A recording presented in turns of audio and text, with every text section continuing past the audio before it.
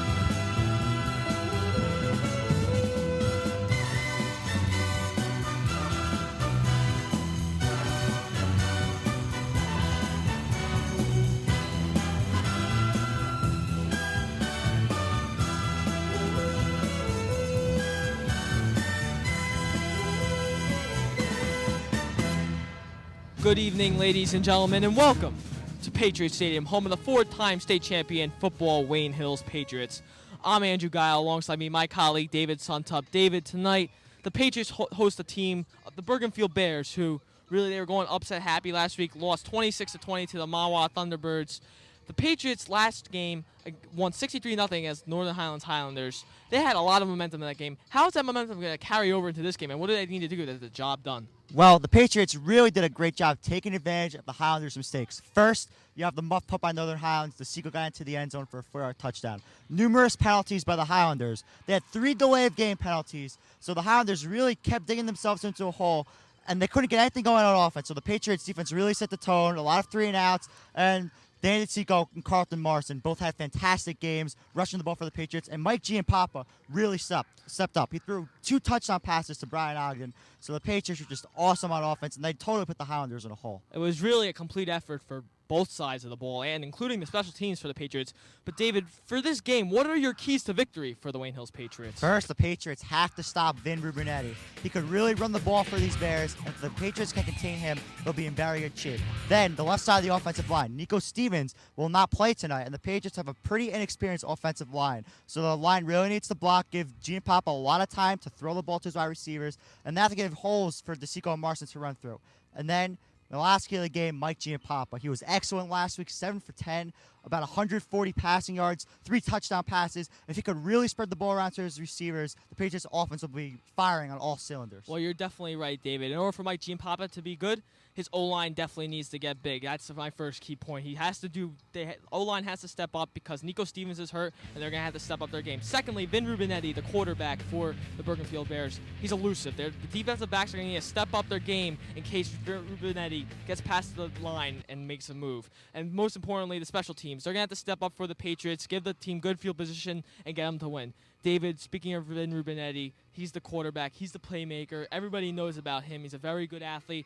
The bottom line is the Patriots, if they're going to win this game, they're going to have to stop him. What do they need to do to stop him? Well, it starts with that defensive line for the Patriots, and it starts on the outside. Kyle Hannenberg and Paul Drake each had 2 sacks last week against Northern Highlands. They really need to collapse the pocket and not give Rubinetti any running room. Then it starts with the secondary. Brian Ogden and Jeremiah Kyle did a great job covering the receivers of the Highlanders. They could not give them any open looks. They have to make Rubinetti run for his life out there, and they have to cover those cornerbacks so the defensive line and the linebackers get sacks. And then DeSico, Waller, Roman, and DiDerno really need to step up. If someone gets through that defensive line, they have to be there and they have to be quick in order to tackle Rubinetti. And also, Maurice Hernandez had 2 touchdowns last week, so they have a very potent rushing attack there on the Bergenfield sideline. Got to be physical against an even physical team, more physical team, and that's how it is. This past week, I had a chance to talk to the quarterback for the Wayne Hills Patriots, Mike Giampapa, on my show, One-on-One with Number One. Stay tuned for the premiere.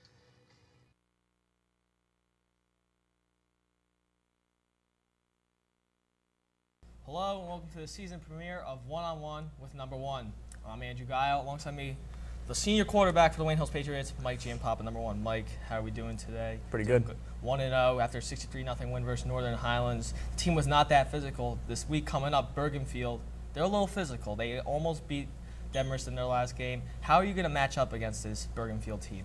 Well, like you said, they are pretty physical. You know, they're guys up front. They like to hit a little bit, and they're quick off the ball. So our line's gotta, we gotta build on our mistakes from the Highlands game, and we gotta come out and we have to quiet them early and get the run game started and put up some big points. One thing about the Highlands game was that some people said your line was not getting big enough in the beginning. They were putting a lot of pressure on you back there. What does the line have to do in this game in order for that to not happen? I think we need to fire off the ball, stay low, and use our technique. We've kind of played a little sloppy, not just the line, kind of everyone on both sides of the ball. Getting good stances, fire off the ball, and we got some pretty good backs behind them. So I think that if they just did that, we'll be able to cut off them and make the plays we need to do. Speaking of your defensive backs, you're going to play a team that has Vin Rubinetti at quarterback, who's pretty elusive. What does your team have to do so that the backs don't have to consistently have to tackle him for long yards? What does the defensive line have to do to contain this man? In passing situations, our defensive line, our linebackers, they have to know that this kid, when he drops back to pass, he's looking to run first. He's not a big-time throwing quarterback. So, in the back of our mind, we always got to keep that. We have a very big threat of him going to run the ball on us. So we got to be ready for that. We got to be careful and not get too focused on the receivers and keep him in our sights at all times. I said the defense was physical earlier in the show. You guys have so many weapons on offense. You got Danny, you got Carlton, you got Jeremiah. How do you spread the ball around and knowing that wherever you're going to throw it, most likely you're going to get some yards? Well, our offense is kind of based on the run. We got to get the run started with Danny and Carlton. They're probably the two best running backs in the state. And then everything else just works from there. We have such good backs that we kind of spread every team thin, and it makes the attack pretty easy for us. My job is pretty easy when Danny and Carlton are running the ball, and again when you split them out, them two and Jeremiah and Brian Ogden and Joe Volpe, they're going up for the football. My job's easy. So I think our backs and receivers, they got to still play aggressive like they have been all summer and how they did against Highlands, and I think we just got to execute. You're going for number 30 in a row. Well, how does Coach Olson keep you focused on the game coming up, not for the state championship? It's 1 week at a time, basically, Bill Belichick-esque. How does he do it? I don't. Before you said 30, I didn't even know what the streak was. Frankly, I don't really care. We got to, like you said, win one game at a time. Bergenfield's this week. We got to go 2-0 before we can go 3-0 and before we can go 4-0.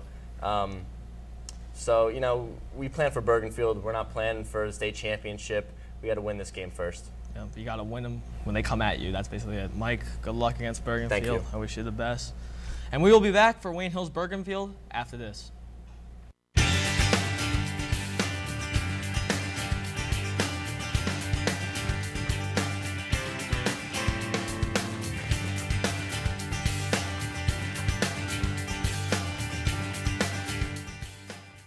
Welcome back to Patriot Stadium for the beginning of the Wayne Hills Patriots versus the Bergenfield Bears. And we're going to introduce the third member of our broadcast crew, Aaron Ploshnick. Aaron, what do you got for us?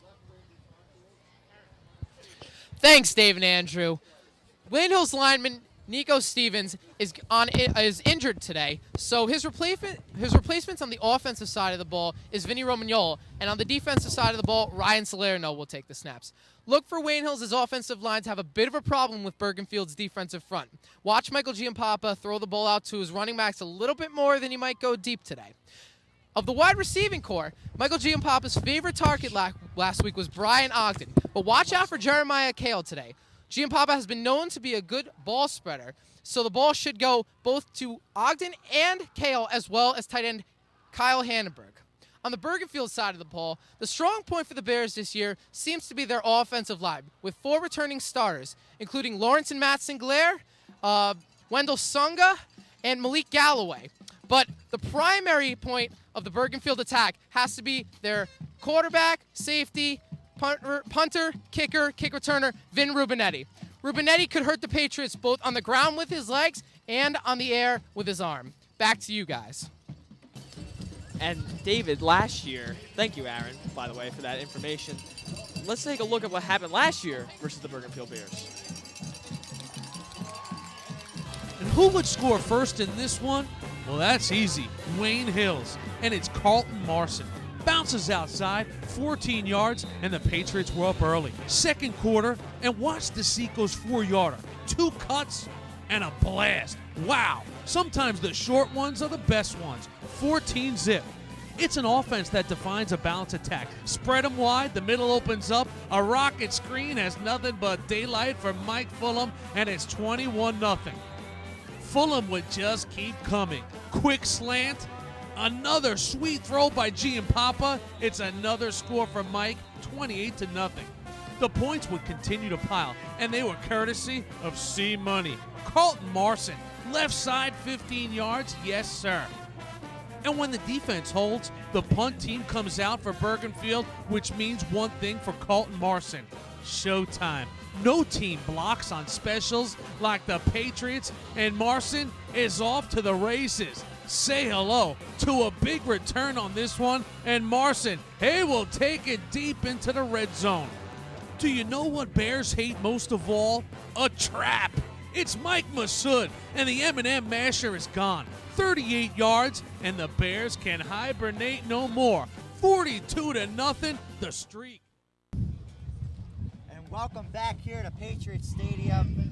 Opening night for the Patriots at home. First game back here since the Northland Group 3 state semifinals against the Passaic Valley Hornets.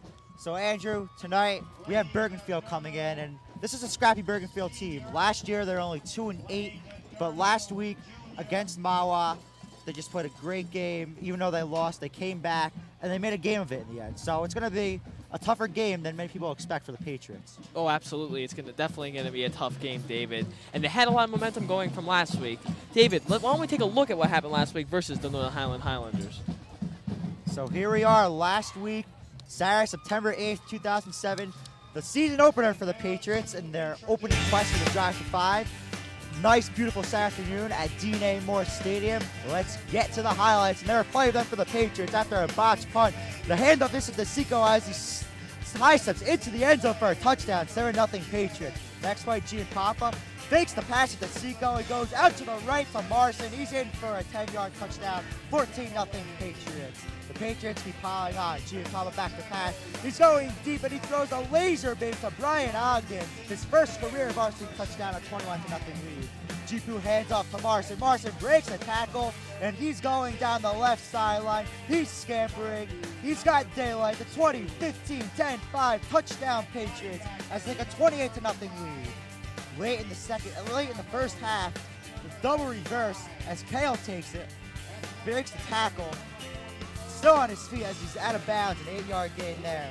35-0 at the half, Patriots. Patriots start the second half. DeSico with the catch off the feed from Giampapa as DeSico takes it across midfield, and the Patriots start off the second half with a bang. Next play, handoff to Marson. Marson gets great blocking downfield from the Patriots, keeps his balance on the right sideline as he's shoved out of bounds at the 17-yard line. But that's okay because Mike Giampapa came to finish off the drive as he throws a 17-yard touchdown pass to Brian Ogden as he holds on. Savarino back to pass, but that's okay because Brian Ogden is playing center field. Ogden down the right side, he's got a convoy of blockers. He thinks he's in for the touchdown, but they call him out at the 11-yard line. From there, handoff to Marcy. He bounces out to the left side, breaks the tackle, cuts it out to the right as he's just shy of the goal line. A bunch snap by the Highlanders. John Griglack will get on that. So that's a 56-0 lead. The Patriots win it 63-0 at Northern Highlands. And now let's take Mr. Mezzi with the Wayne Hill starting lineups. Tackle number 73, Joe Pagoralek, number 73.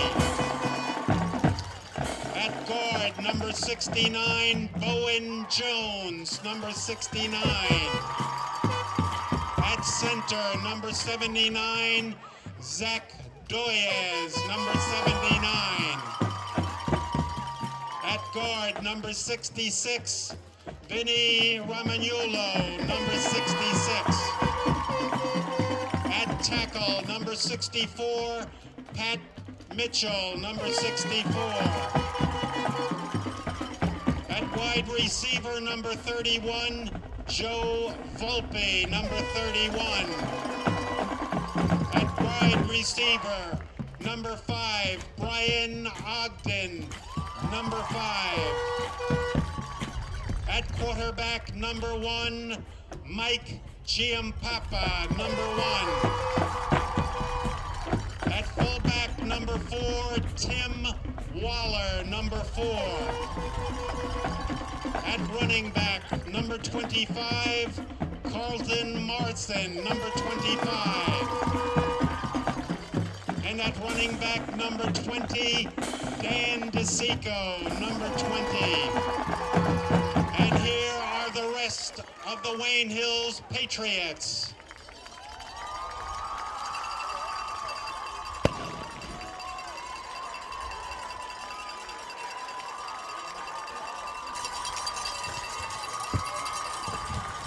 And David, those are your Wayne Hills Patriots. Now this year they got a cannon as a new feature. What do you think about that cannon, Dave? Oh, I think it's an excellent idea. Ladies the and cannon will be gentlemen, we alive ask here at that you Patriot now Stadium please because, as you rise. know, the Wayne Hills Patriots are an offensive juggernaut. And let's As take we it take to the a Wayne Hills few Marching Band moments for prior tonight's to the national playing anthem. of our national anthem, to remember those who lost their lives on that tragic day of September the 11th, 2001, already 6 years ago. We remember the thousands who lost their lives, and in particular, Wayne residents Gene De Palma, Barry Glick, Leo Roberts, Wayne Valley High School graduates Paul Acquaviva and Greg Frona, and our own Wayne Hills alumni Danny Afflito and Robert Duraney. Ladies and gentlemen, 11 seconds of silence, please.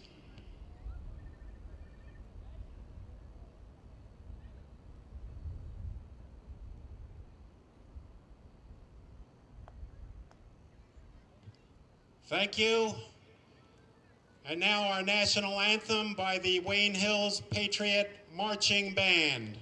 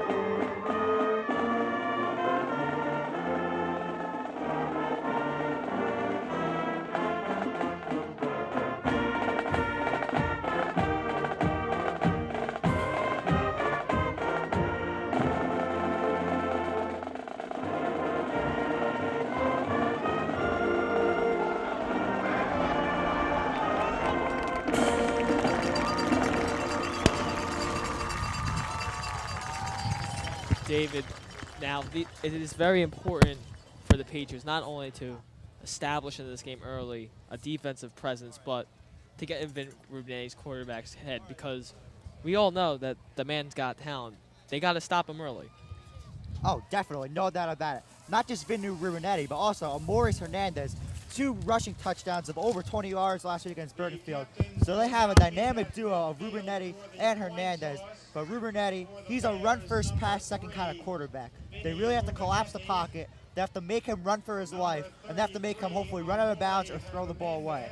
But it's really important that Kyle Hamburg and Paul Drake really do a great job rushing from the outside, putting pressure on those tackles and getting past them and throwing Rubinetti to the ground. The captains meet at midfield for each team: Mike Giampapa for the Patriots, Tim Waller, Jeremiah Kale, and Mike Roman. For the Bears, Vin Rubinetti. Number 33, Omaris Hernandez.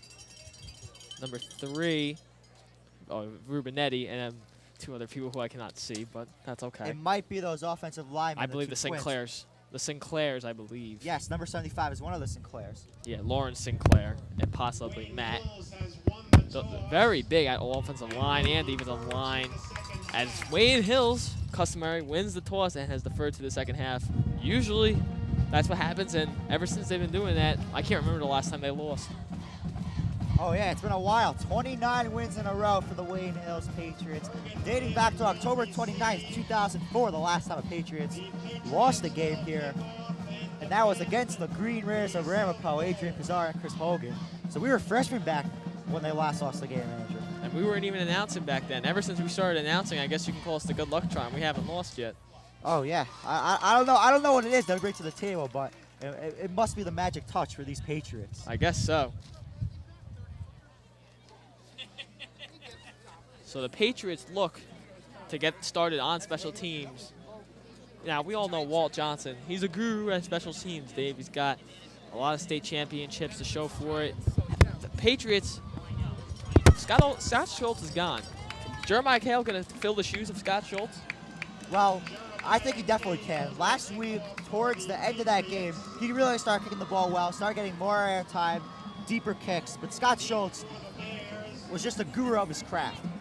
Besides the touchbacks, he really improved on getting a lot of airtime on his kicks. His kicks were not as deep as they were in the past, but the more airtime allowed his special teams unit to get down the field and cover.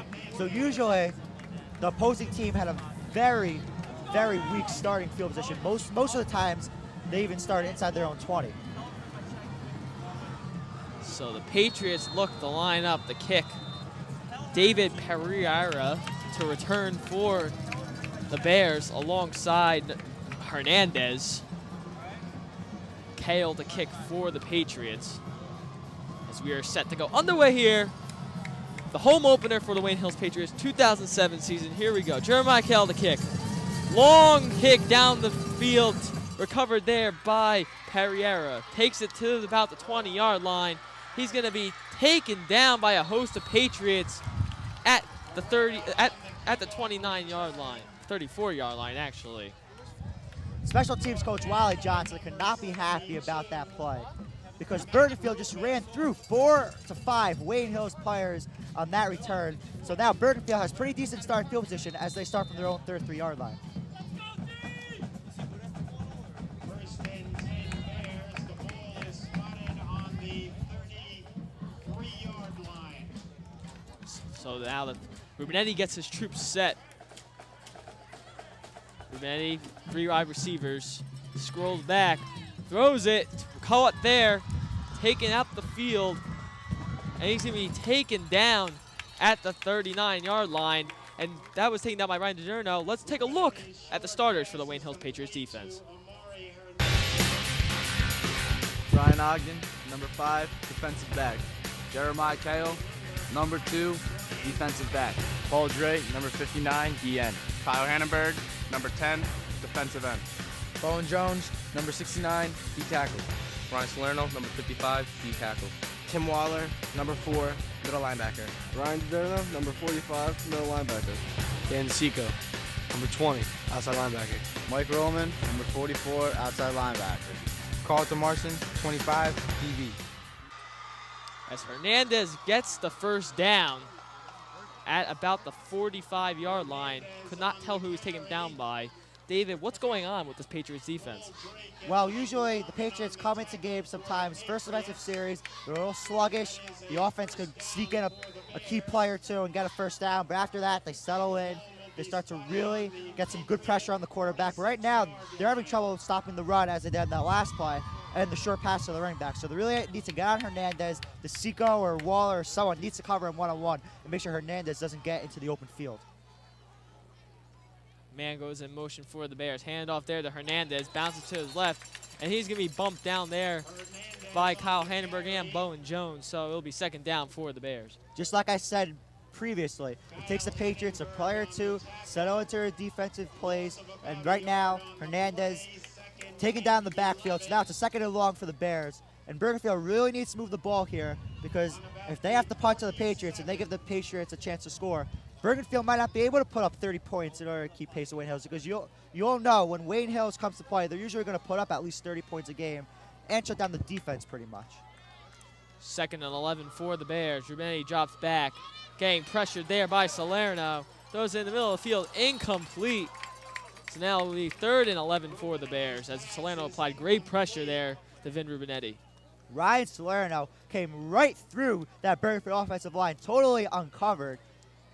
And Rubenetti just had to get rid of the ball. But Salerno, at the last second, slowed up a little bit and didn't run right into Rubenetti. So next time, there are other defenders in the area. Salerno just has to burst right at Rubenetti and sack him to the ground. But now it's a 3rd and long for Bergenfield. And this is not the situation that they want to be in against this Wayne Hills defense. No, absolutely not. I mean, you don't want to bury yourself in a hole. You get a couple good plays, and then all of a sudden you're 3rd and 11 on the 47-yard line. So they're in trouble. Rubenetti with 2 wide outs and 1 in the backfield. Hands off to Hernandez as he's going to be stopped at the line of scrimmage. Don't understand what the play purpose was there. As we'll go to 4th and 11. I don't see the point of being conservative there. You're in Wayne Hills territory. The last 2 plays before that, the Wayne Hills defensive line was really getting great penetration, and Bergenfield went nowhere with the ball. Why run the ball right up the middle? Why don't you try to go deep with the ball? Especially 3rd and 11, you're in Wayne Hills territory, you have nothing to lose. Absolutely. I mean, I don't understand it at all. And it looks like they're going to be going for it. Now, unless that's how close he is to punt, I'm not sure. I mean, no, he's going for it. Rubenetti throws a bomb down the right sideline, and it's going to be incomplete. Or no. It's complete. It is complete. It was caught there by number 5 on the Bergenfield Bears. I don't understand what was going on. That was Chuck Santos.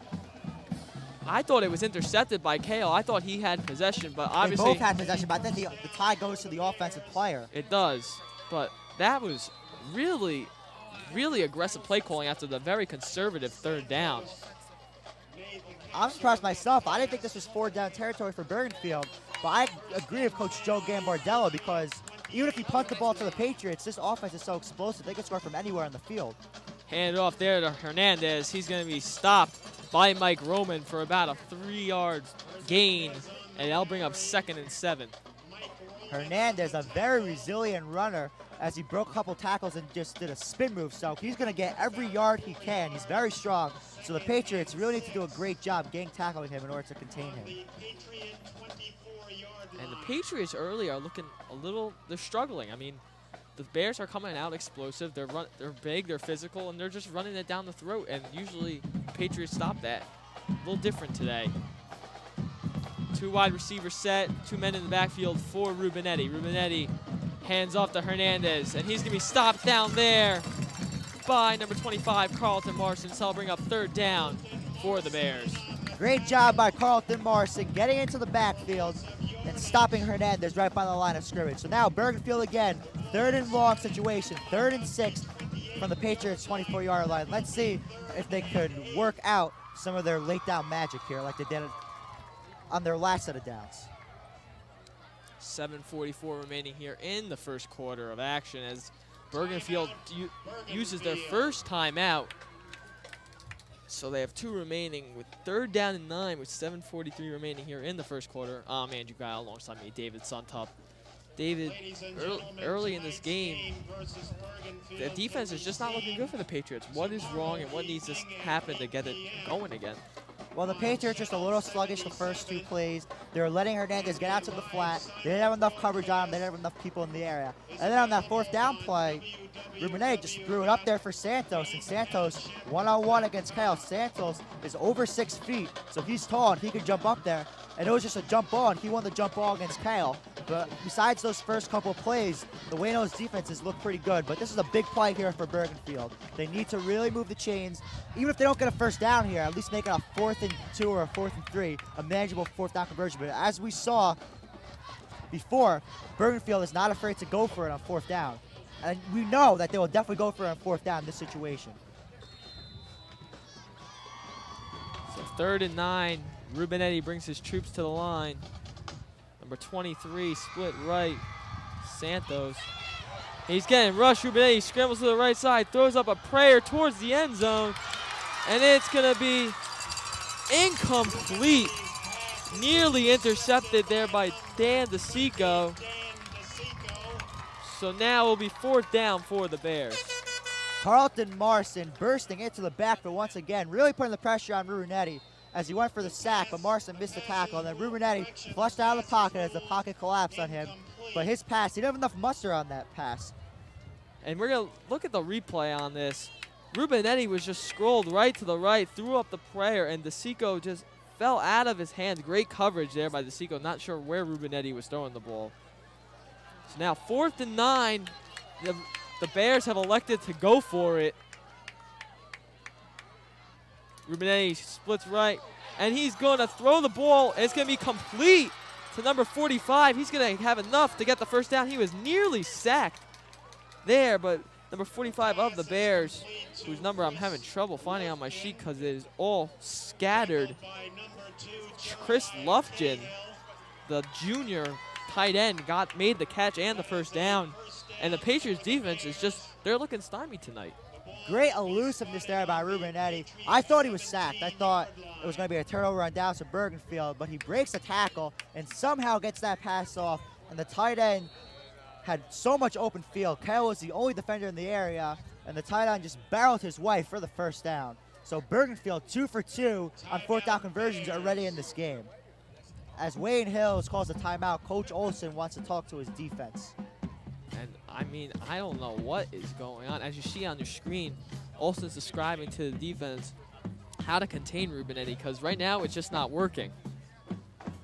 I mean, Rubenetti rolled right to his left, and then he was basically, I thought he was down right there. I thought he was sacked, and he got rid of it, and nobody was on Lufkin. He just got out of there real elusive and got there. As we've seen so far from this Bergenfield team, this is a team that's very persistent. They're resilient. They're not going to give up. If you think you have them down, you have to wait until that knee touches the grass until they're down, because we've seen it for Brunetti and we've seen it for Hernandez. This is a very resilient team, and they're going to try to get every inch that they can. So 7:05 remaining, and the Bears continue to threat in the Patriots' zone of the field.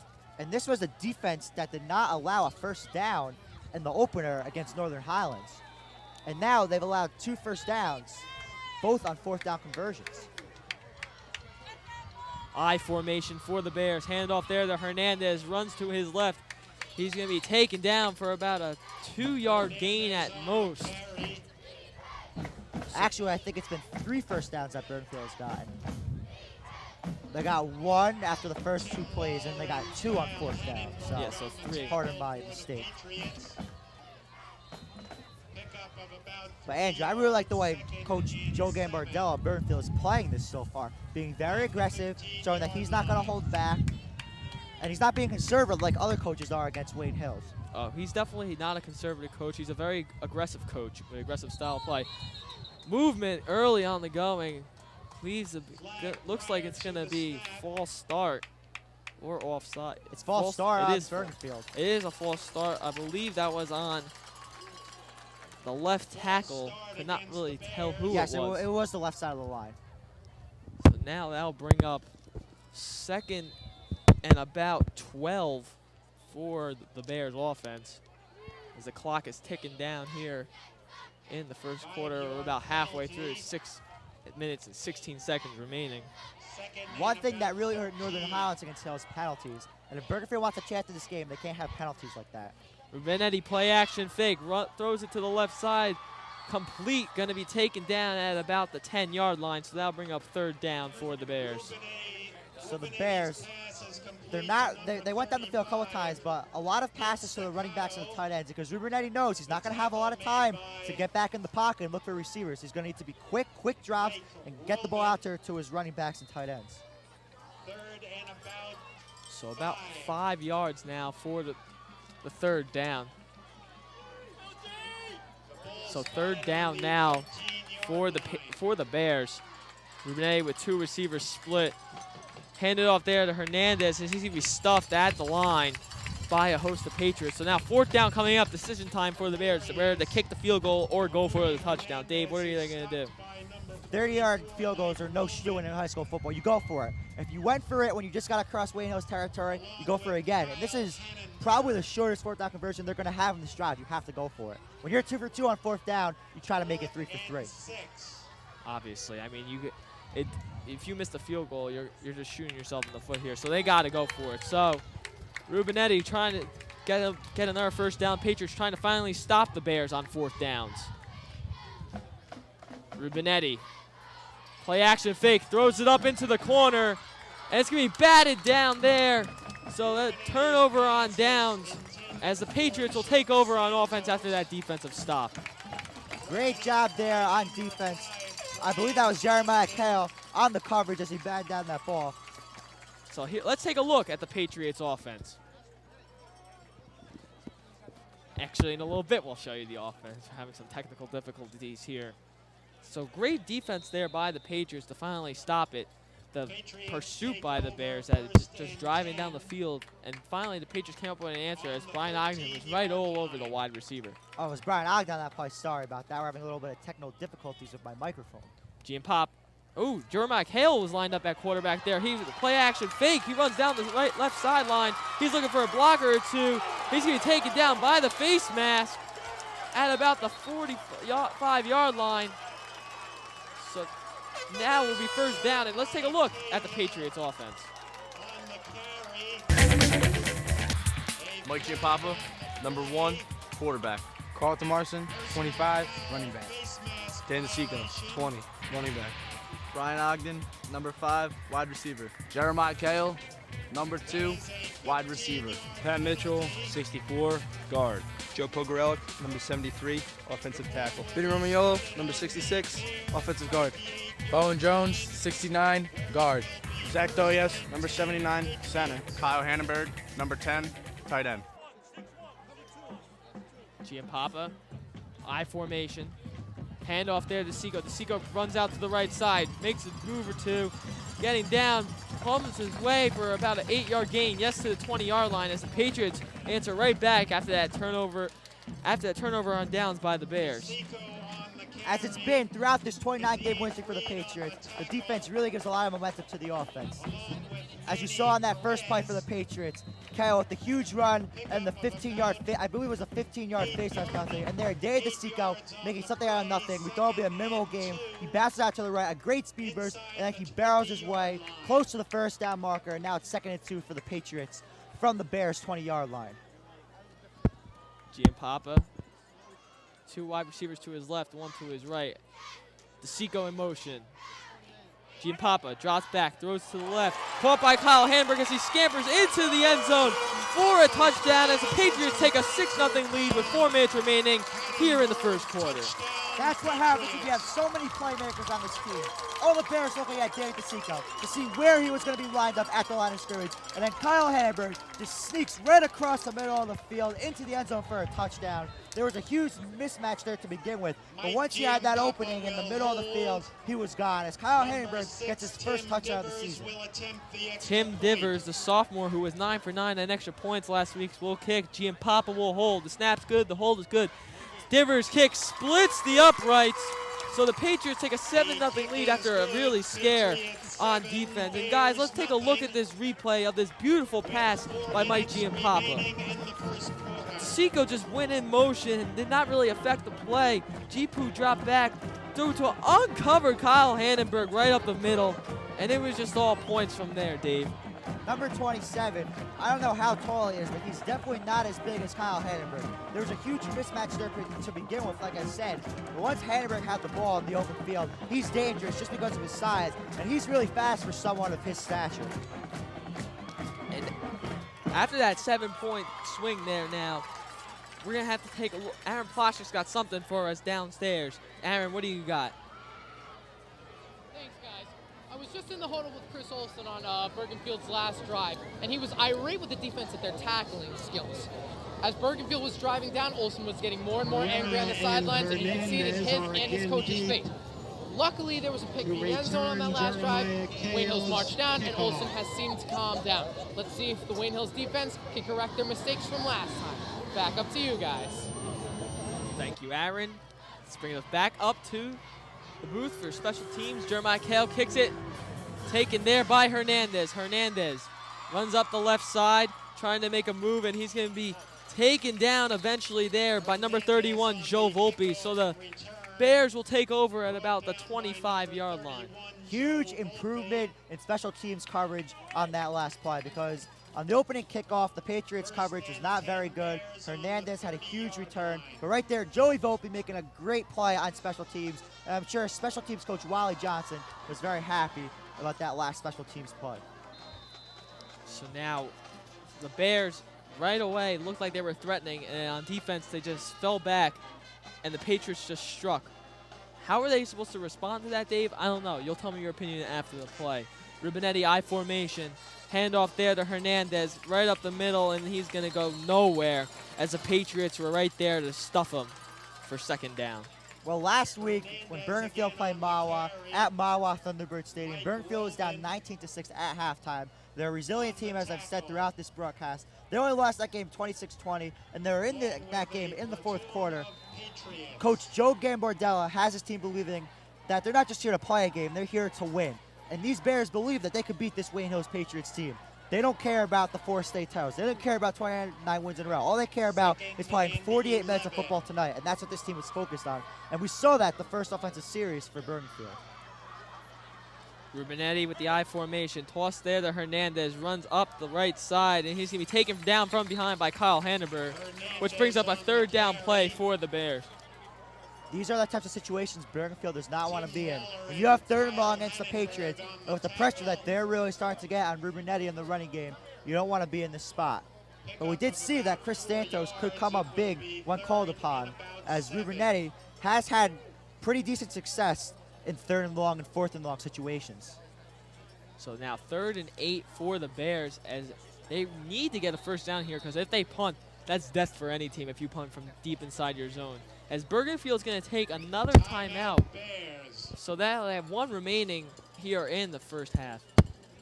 So Andrew, so far we've seen Coach Gambardella really play pretty aggressive so far in the first quarter. Do you think he's overcoaching a little bit, especially using both his timeouts, and we still have 2 minutes 31 seconds left in the He first actually quarter. has no timeouts remaining. The one taken that we thought was by the Patriots was taken by Bergenfield. So now Bergenfield has no timeouts remaining, and I think they are being he's overcoaching, because he's trying to do a little too much. And right now, when you're down 7-0 to a very strong Patriots team, you got to be smart, but it's tough. So I mean, they gotta have to find an answer soon. As I would say, it's not a sprint, it's a marathon. It's a long ball game here.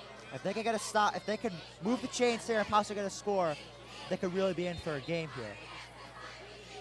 So now the Patriots look to come out, Dave, with an answer here to the Bears. And right now, momentum's all in favor of Wayne Hills.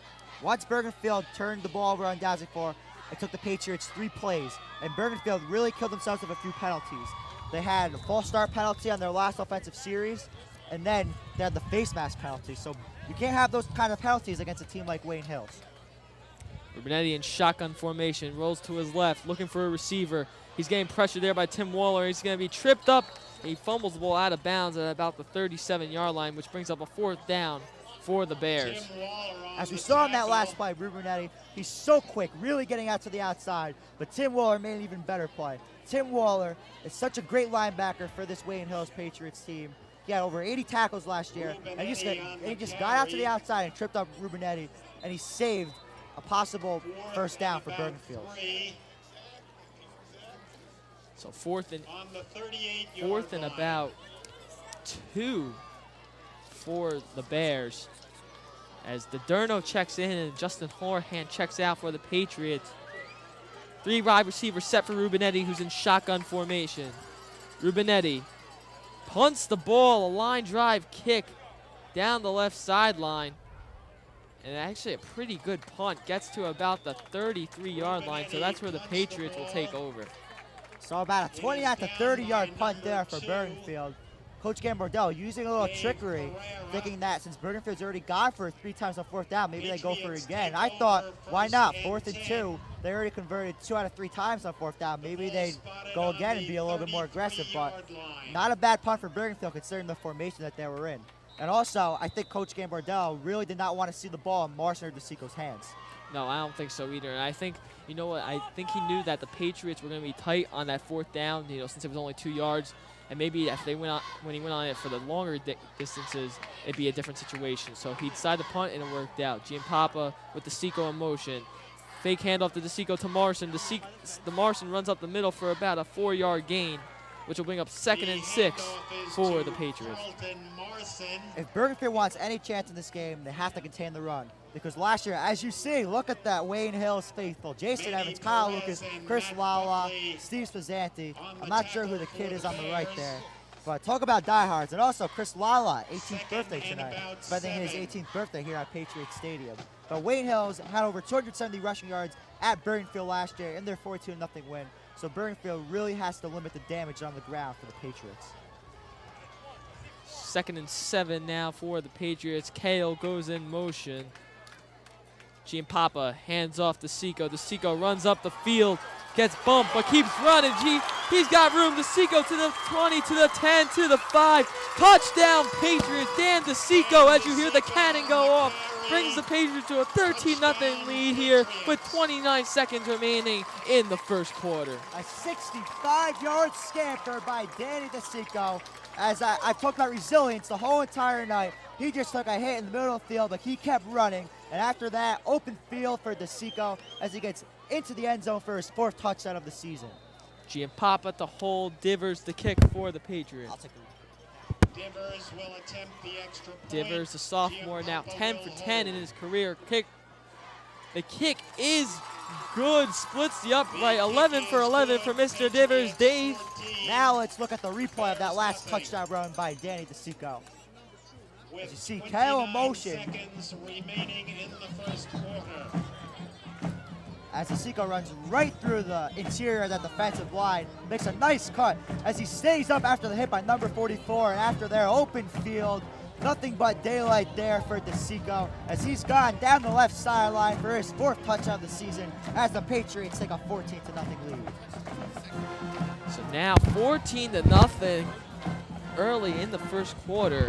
So now, as you see, the Wayne Hills Patriots cheerleaders, when you talk about cheerleaders, Christina Pavona's name has to come in mind. She's got the heart, the soul, the swagger of a cheerleader. You just want to know because she's a good person, donates a lot of money to animal charities, and she's got a huge heart. And she wanted a shout out, so Christmas came early for her, I guess. I gave it to her early. 29 seconds remaining, 14-0. Not the typical type of start that you would want. So, I mean, I don't even know. So Kale's going to kick for the Patriots, who's really stepped up his game this year in filling in for Scott Schultz, who is doing bigger and better things at UConn, the University of. So now the Bears are, they held the ball for a quite reasonable time. That's why the score's only 14-0. Patriots didn't have the ball so long. They scored quick on both opportunities. So let's see what happens. Kale kicks it off, taking there by Pereira. Pereira takes it up the field, and he's going to be stopped. Oh, he keeps moving, but fooled me. He gets stopped at about the 27-yard line to open up the series for the Bears with 21 seconds remaining in the first quarter. If you have any questions, comments, or concerns, please email us at WayneHillsTV@AOL.com. That's WayneHillsTV@AOL.com. 21 seconds remain here in the first quarter. Wayne Hills 14-0 lead on touchdowns by Danny DeSico and Kyle Hannenberg from Mike Giampapa. So the Bears probably going to get this last play of the first quarter. 3 wide receivers set for Rubinetti. Rubinetti, quick option there to Hernandez. He runs to the left side, gets nothing, next to nothing, as the clock ticks down to 11 seconds, and it looks like that will be it for the first quarter.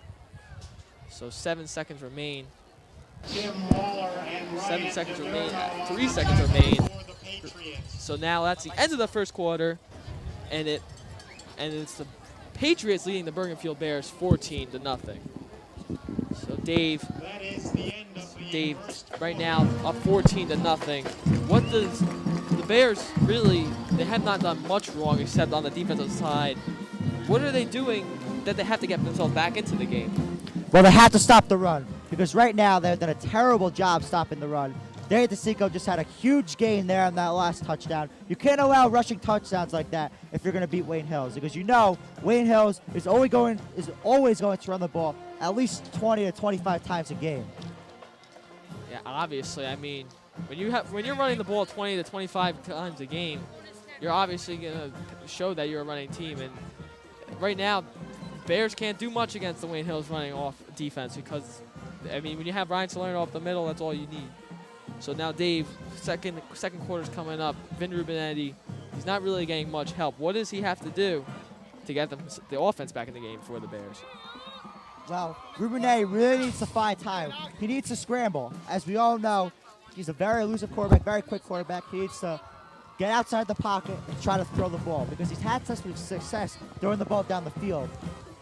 But the drives have just stalled later on. So now 2nd and 9 for the Bears as they switch sides of the field. So now Rubinetti, 2 wide receivers to his right. Rubinetti fakes handoff, runs to his left, getting pressured there by Tim Waller, throws it incomplete in the area of number 44 of the Bears, Kadeem Reed. So now it'll be 3rd down and 9 for the Bears. Rubinetti's just running for his life out there now. Wayne Hills has definitely figured him out. He has no clue where to go with the ball. And now Tim Waller has really been on him the last couple of plays. Tim Waller's doing a great job getting through that defensive line, finding holes, and putting a lot of pressure on Rubinetti. So 3rd and 9 from the 27 with 14-0 with 11:51 remaining in the second quarter. Pereira, Galloway, and Hernandez, the receivers for Rubinetti. Rubinetti hands it up to Hernandez. He makes a deke or two. He's still going. He's taken down by a host of Patriots, so he gets the first down as he just kept his legs moving. So now the Bears will take over at about the 39-yard line for the Bears. So now that's what the Patriots cannot do consistently. This game alone, they've given up a lot of first downs, more than all of the first game. They gave up no first downs, the first team did. So now it looks like that the Patriots really have no answer for Hernandez early. So now the Patriots really need to find an answer quick, otherwise the Bears could make it a game soon. Rubinetti, 2 wide receiver set. Hands off to Hernandez, finds a seam, runs up the middle, and he spins, gets taken down at about the 49-yard line. I believe he's going to be just short of the first down, taken down by Brian Ogden and Carlton Marson.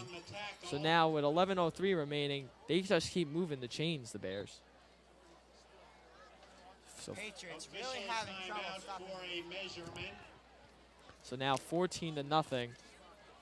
Hold on. So 14-0.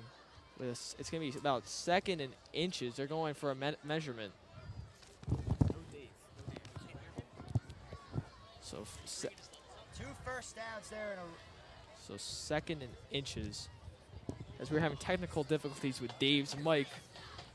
Can't really hear Dave at the moment. So it's going to be a first down. They measure. First down, Bears. So it will be a first down. So Lenny DiDerno and Rich Boslicato Sr., the chain man, Rich Boslicato Sr., the first base coach for the Wayne Hills baseball Patriots. So now the Bears just keep getting first downs, and Chris Olsen has to be upset at his team. Still can't hear Dave. Sorry about that, folks. Rubinetti hands off to Hernandez. He's going to be stuffed at, and there was a fumble on the play. It appears that the Bears still have the ball, so it'll be 2nd down for Bergenfield. There was a fumble on the play. I believe the fumble was forced by one of the interior linemen of the Patriots. Cannot tell who it was because of the scuffle. Henenberg and Drake on the stop for So the now Patriots. Kyle Hannenberg and Paul Drake on the tackle. So we're going to see some the Bears come out here with 2nd and 8 at the 50-yard line, I would think they would pass. I mean, that's just me. Rubinetti looks like he has a strong arm. Rubinetti hands it off to Hernandez. Still nothing, as he'll bring up 3rd down. And I think you got to go to the air here, because if you don't go to the air, they're just going to have trouble with the punt. I mean, maybe even have Rubinetti run. I mean, you got to do something. So 9:50 remaining here in the second quarter.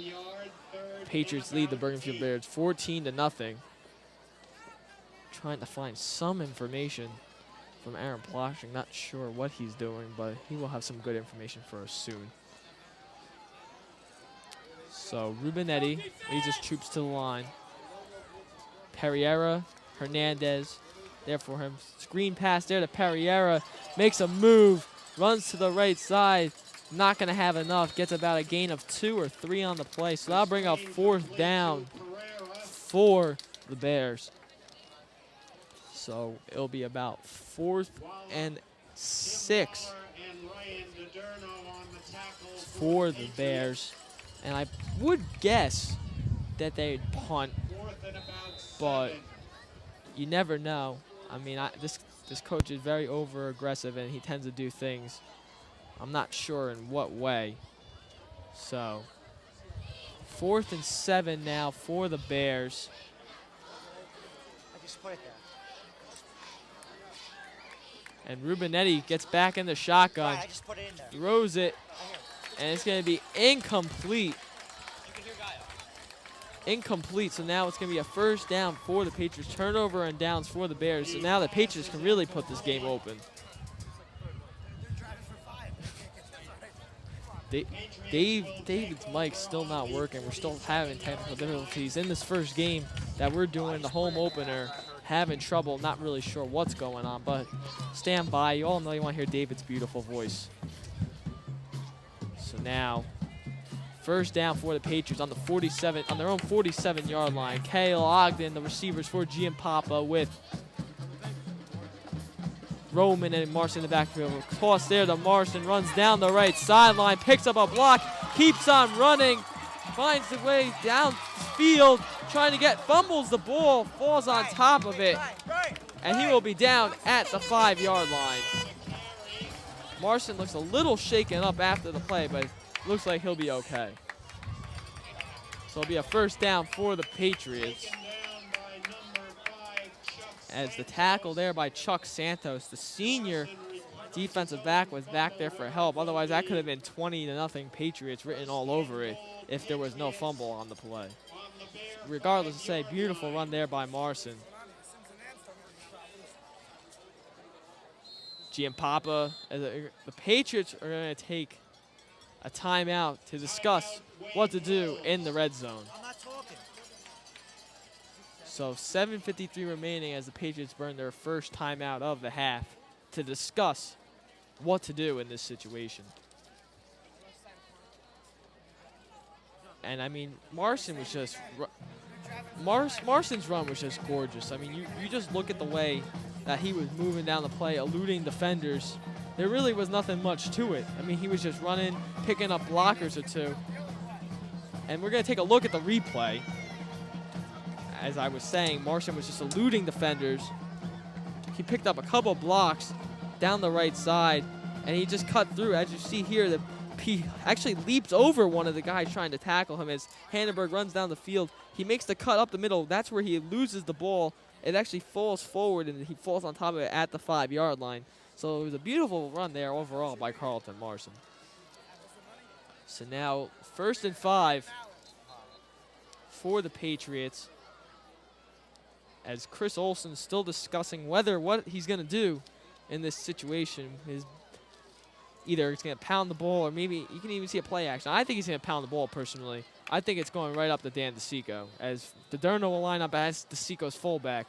Giampapa hands off to DeSico. He spins into the end zone for the touchdown, as Dan DeSico scores his 2nd touchdown of the game, and all of a sudden it's 20-0 Wayne Hills.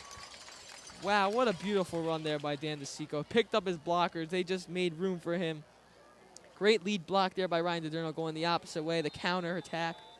So now it'll be Tim Divers trying to go for his 12th made extra point in as many tries. Giampapa the whole Divers kick.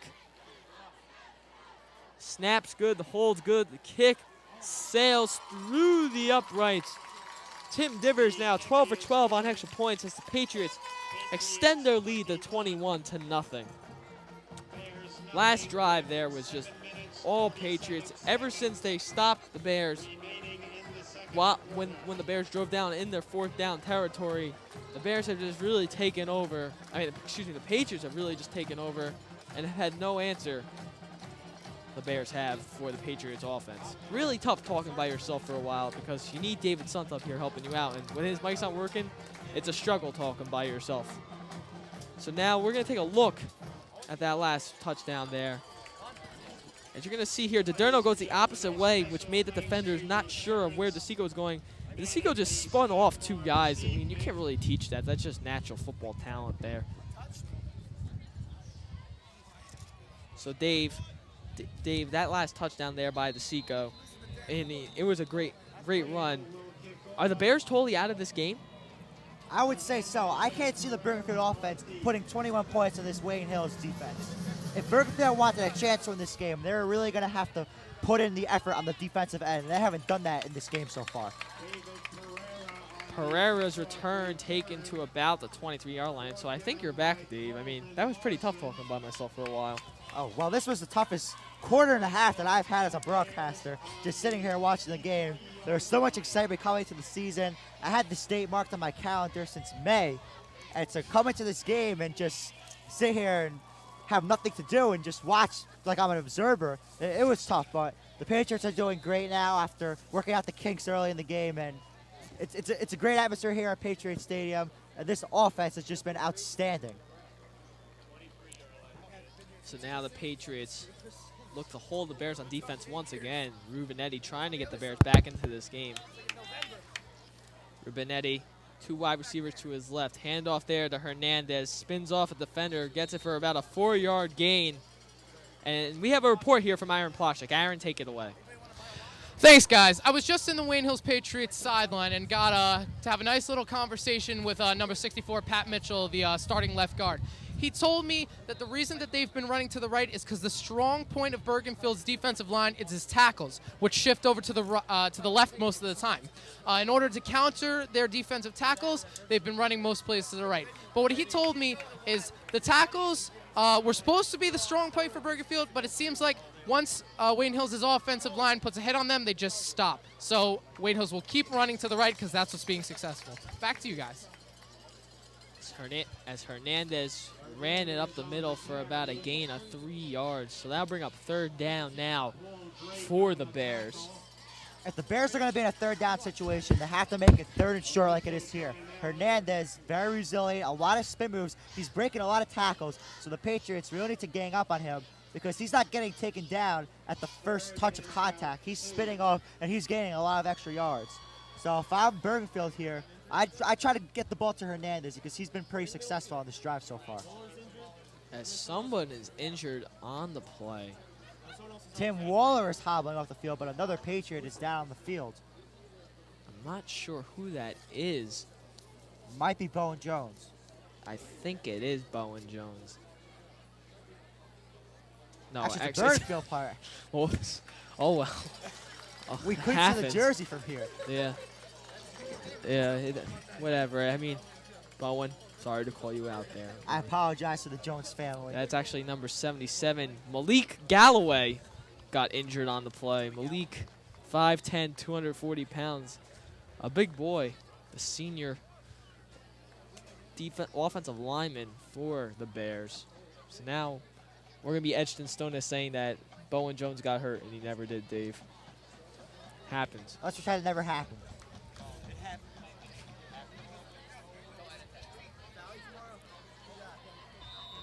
So now 3rd and 1 for the Bears. They run it up the middle, try to get a gain, try to get towards, I believe they're going to be just short of the 1st down marker.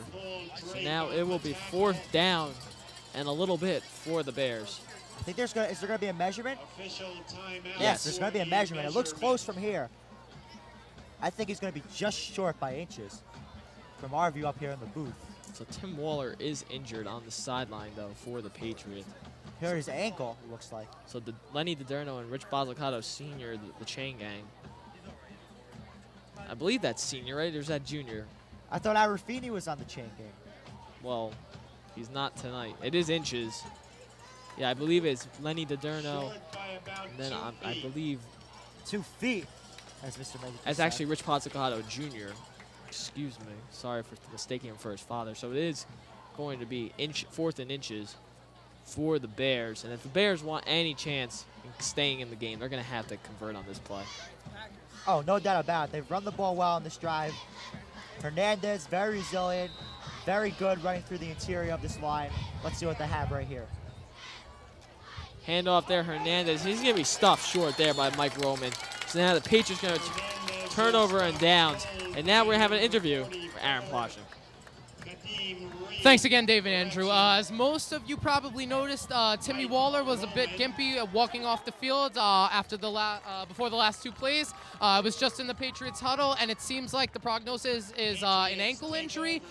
He will be out for the rest of the first half and should be ready for the second half of play. Back up to you guys. Thank you, Aaron, for the injury report. Brought to you by Wayne Hills High School. Study hard and get good grades.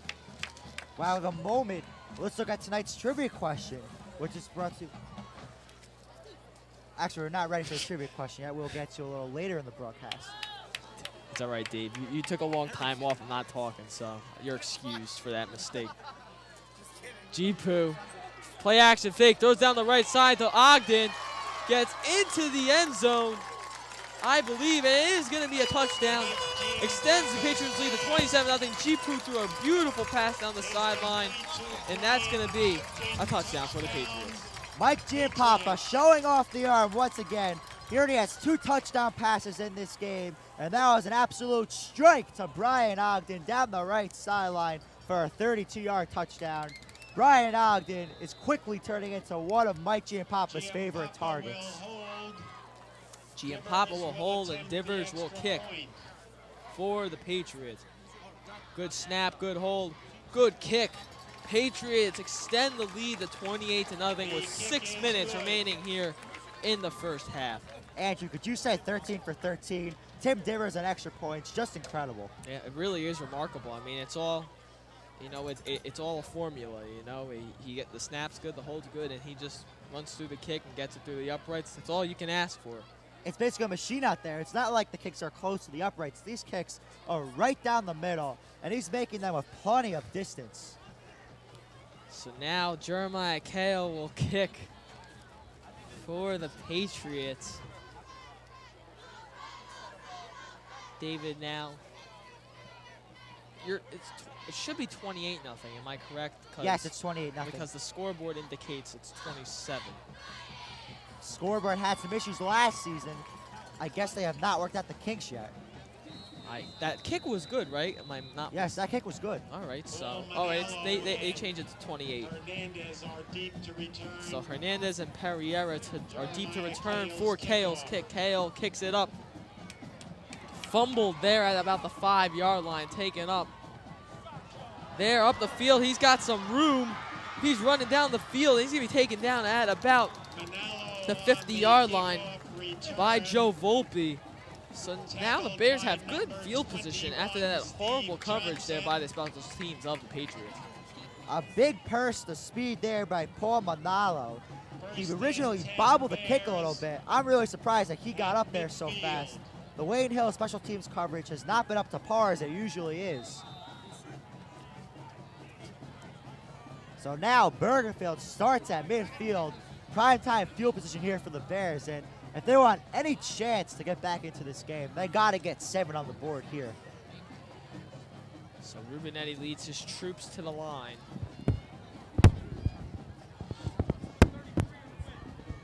Rubinetti, 2 wide receivers to his left. Hand off there to Manalo. Gets it for about a 2-yard gain, so now it'll be 2nd and 8 for the Bears. Now let's take a look at tonight's trivia question, which is brought to you by Wayne Hills High School. study hard and get good grades. And last Saturday, 63-0 win over Northern Highlands, kicker Tim Divers broke the school record for PATs in a game of 9, which 3 players were tied for the previous record. Answer coming up shortly. Dave, that's a doozy. I don't know where you come up with these trivia questions. Well, let's put it this way. If you can get this question right, you should be in the Trivia Question Hall of Fame. Didn't know there was a Trivia Question Hall of Fame. Rubinetti drops back. Pass is complete for a first down. Pass completed there to number 5, Chuck Santos. So now it'll be a first down for the Bears. So the Patriots, they've allowed some long completions tonight. We have to give credit to Vin Rubinetti. He's doing a great job getting back there. Quick three-step drop on that last play, and he got the ball out to number 5 for Bergenfield, Chuck Santos. So Santos has been one of Rubinetti's favorite targets tonight. So now it'll be 1st and 10 for the Bears. Rubinetti drops back, pass complete to Santos, tries to make a move. He's going to be gang tackled there by the Seco and Ogden and a bunch of other Patriots defenders who jumped onto the play. So it'll be about 2nd down and about 8 or 9 for the Bears. As Santos is slow to get up as he was just drilled on that play. So with 4:08 remaining here, the Bears, they need to score in reality. I can't blame the Patriots for getting tackling Santos there because Santos has had some very big completions tonight against the Patriots, as Santos has been one of Rubinetti's favorite targets. Rubinetti takes his troops to the line. Split right, our number 7 for the Bears, Deshaun Sparrow. Rubinetti again, he fumbles the ball. It's going to be recovered by the Bears just beyond the line of scrimmage. So now, I mean, with 3rd down and long, the Patriots' defensive line just exploded by the offensive line, and 4 guys basically sacked Rubinetti on that play. Salerno really doing a great job getting in Rubinetti's face. And then also, DeSico and Roman on the blitz. So there were 3 guys right in Rubinetti's face. He had nothing to do there. He was just going to go down for the sack. As here's the replay. As you see, DeSico and Roman blitzing from the outside. I believe that was DeSico or Roman who hit that ball out. And luckily there was a bear in the vicinity, so Rubinetti did not lose the fumble there, and the ball was not turned over to the Patriots. Rubinetti, 2 wide receivers to his right, 1 in the backfield. Rubinetti drops back, tosses it up the middle, nearly intercepted there by the Patriots. Pass was incomplete to Deshaun Sparrow. So now it'll be 4th down and 9 for the Bears, and Dave, you got to go for it. Oh, this is definitely 4th down territory. When it's earlier in the game and you're going for it in that type of situation when it's 4th down territory, it's definitely 4th down territory now, down 28-0. This is basically a do-or-die play here for Bergenfield. And it's amazing how this is a very physical Bears team. We all know that. And after that first series of plays, I really thought this was going to be a tough game for the Patriots. It hasn't been at all. Well, it's because Coach Christian Olsen, he makes adjustments. Last year against the Passaic Valley Hornets in the playoffs. Rubinetti drops back, throws it deep down the field. It's going to be intercepted there by Carlton Marson. Marson runs down the field, trying to find blockers, runs down the sideline, and he's going to be wrapped up there by number 45 of the Bears. And what an interception there by Carlton Marson. All the momentum taken away from the Bears as the Patriots will take over on offense. That's the nail in the coffin right there. Carlton Marson with the interception on 4th down. Double team the target for Bergenfield. And now the Patriots have great field position as they try to tack on some points going into the second half. You got to see a replay on that because Carlton was he was going places. The man was moving. C-Money knew where to go, and he knew where to find the ball. I mean, it was unbelievable, that play.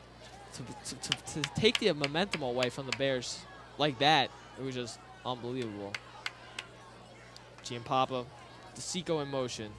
Giampapa hands off to Marson, spins off, and gets about a loss of 1. So now, I mean, you just look at Rubinetti pump fakes, is getting pressured there, throws the ball up and really into double coverage, and Marson just got into the center of the ball, caught it in midair. And he was just running down the field, finding blockers, almost ran into the ref actually, and ran down the sideline, found his way, and I mean, you can't ask for much more than that, Dave. No, Deshaun Sparrow double covered by Marston and Kale. And Rubenetti actually had a decent amount of time, and Hannenberg was the only one sort of in his face. But he just threw into double coverage, trying to make something out of nothing. Giampapa play action fake. Drops back, throws it down the middle of the field. It's going to be dropped there by Jeremiah Kale. Good coverage there by the Bears. So that'll bring up 3rd down and 10 for the Patriots. Carlton Morrison made a great block on that last play as Bergenfield just burst through the Patriots' offensive line. But Morrison made a great block that gave Giampapa time to make the throw, but Cal just couldn't wheel it in. So now 3rd and long here for the Patriots in Bergenfield territory. 1:45 remaining in the first half of action. 28-0 Patriots. So now, Kale lined up at quarterback with Giampapa lined up as one of his receivers. Kale pump fakes, runs down the field as the option play works, keeps moving his feet, and he picks up the 1st down. David, I've seen this play run by them in practice. It looks like what the Jets run with Brad Smith lined up at quarterback and Chad Pennington as a receiver, as Jeremiah Kale, the former quarterback who backed up Giampapa last year when G-Poo got hurt, was at quarterback and Giampapa was at wide receiver. Dave, what do you think of this play? I think it's a great play because Kale has so much experience because last year he played quarterback when Giampapa was hurt, and Kale ran the ball a lot. So he's really used to running from that type of position. And Kale, he's very fast, very quick, and he could really break out a lot of great moves. Giampapa tosses it to the left of Morrison. Morrison trying to find a block to Duke's defender, gets down to about the 5-yard line, taken down there by number 40 of the Bears, Matt Buckley. So it'll be another 1st down here for the Patriots. Carlton Morrison making a lot of great moves, doing a great job using his blockers, running to the left side of the field, and he's really put on a show tonight. Besides the touchdown run that he's had and the interception, he's just been fantastic for the Patriots. He's been putting a lot of pressure on Rubenetti. He's just making a lot of big plays for the Patriots tonight. So 52 seconds remain here in the first half. Patriots have a 28-0 lead. I'm Andrew Gayo, alongside me, David Suntup, the sideline reporter, Aaron Ploshnick. Giampapa, jumbo set for the Patriots, pump fakes, play action fake, throws it into the end zone to a wide open Brian Dickman, and it just went through his hands. So now it will be 2nd down for the Patriots. That's one play that Brian Dickman will just want to pretend that never happened. Brian Dickman opened the end zone. When he looks at this film on Monday morning, he's going to know that he should have caught this ball. But Mike Giampapa has just been on target with every one of his passes this season. I really haven't seen Giampapa throw a bad pass the whole year. It's just been incredible, Andrew. Yeah, it's been something else. He really worked hard in the offseason. He was doing big things in the weight room, and then he just came out and kept on throwing good passes. So, I mean, I'm not sure that, but that ball definitely has to be caught, and I'm sure Brian Dickman will be reminded of that soon. Giampapa pump fakes, end around there to Kale. Kale runs to the right side, trying to get a block from Dickman. Gets a reach for the end zone. He actually fumbles the ball, but I believe he was down before the fumble. So he's going to be down at about the 1-yard line. So now it'll be 3rd down for the Patriots. 3rd and inches for the Patriots. Kale did a great job using the block from Dickman, but there was a Bears defender who was able to get around the block and force Kale out of bounds as Kale's dive for the pylon comes up short. Now Chris Olsen will take his 2nd time out for the Patriots to discuss what to do in the goal line situation. Well, it's definitely going to be jumbo set here, and I think the ball is definitely going to DeSico or Marson.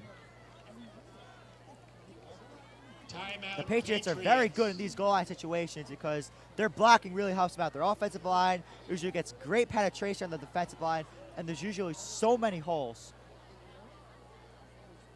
But the key play that really started this drive, the interception by Marson, got the Patriots great field position. With a little over 2 minutes left, the Patriots have been able to march down deep into Bergenfield territory as they're inches from making this a 34-0 game. So now 3rd down and about 1, separating the Patriots from the end zone. So Chris Olsen jogs out of the huddle. It'll be Giampapa at the quarterback with Roman, DiDerno, and DeSico in the backfield in the jumbo set.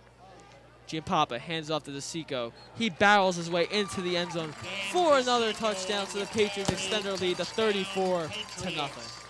Day DeSico is having himself quite a night here at Patriots Stadium. I believe that's his third touchdown of the ball game. And the Patriots have just totally put this game away against Bergenfield. It will be 35-0 pending the extra. It's now 34-0, but it will be 35-0 pending the extra point by Tim Divers. And Tim Divers has been perfect on the season, 13 for 13 on extra points. Senor Automatic, I guess you could say. The extra point. Divers' kick splits the uprights once again. So 35-0 Patriots, 18 seconds remain. Same score, I believe, that was of the first game at the end of the half. Correct, Dave? Yes, correct. The Wayne Hills Patriots were defeating Northern Highlands 35-0 at the half.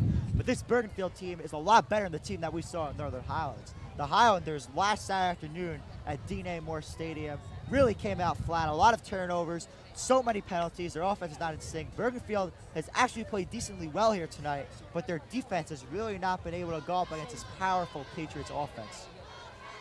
So now 18 seconds remain. And I think the Bears are just overwhelmed.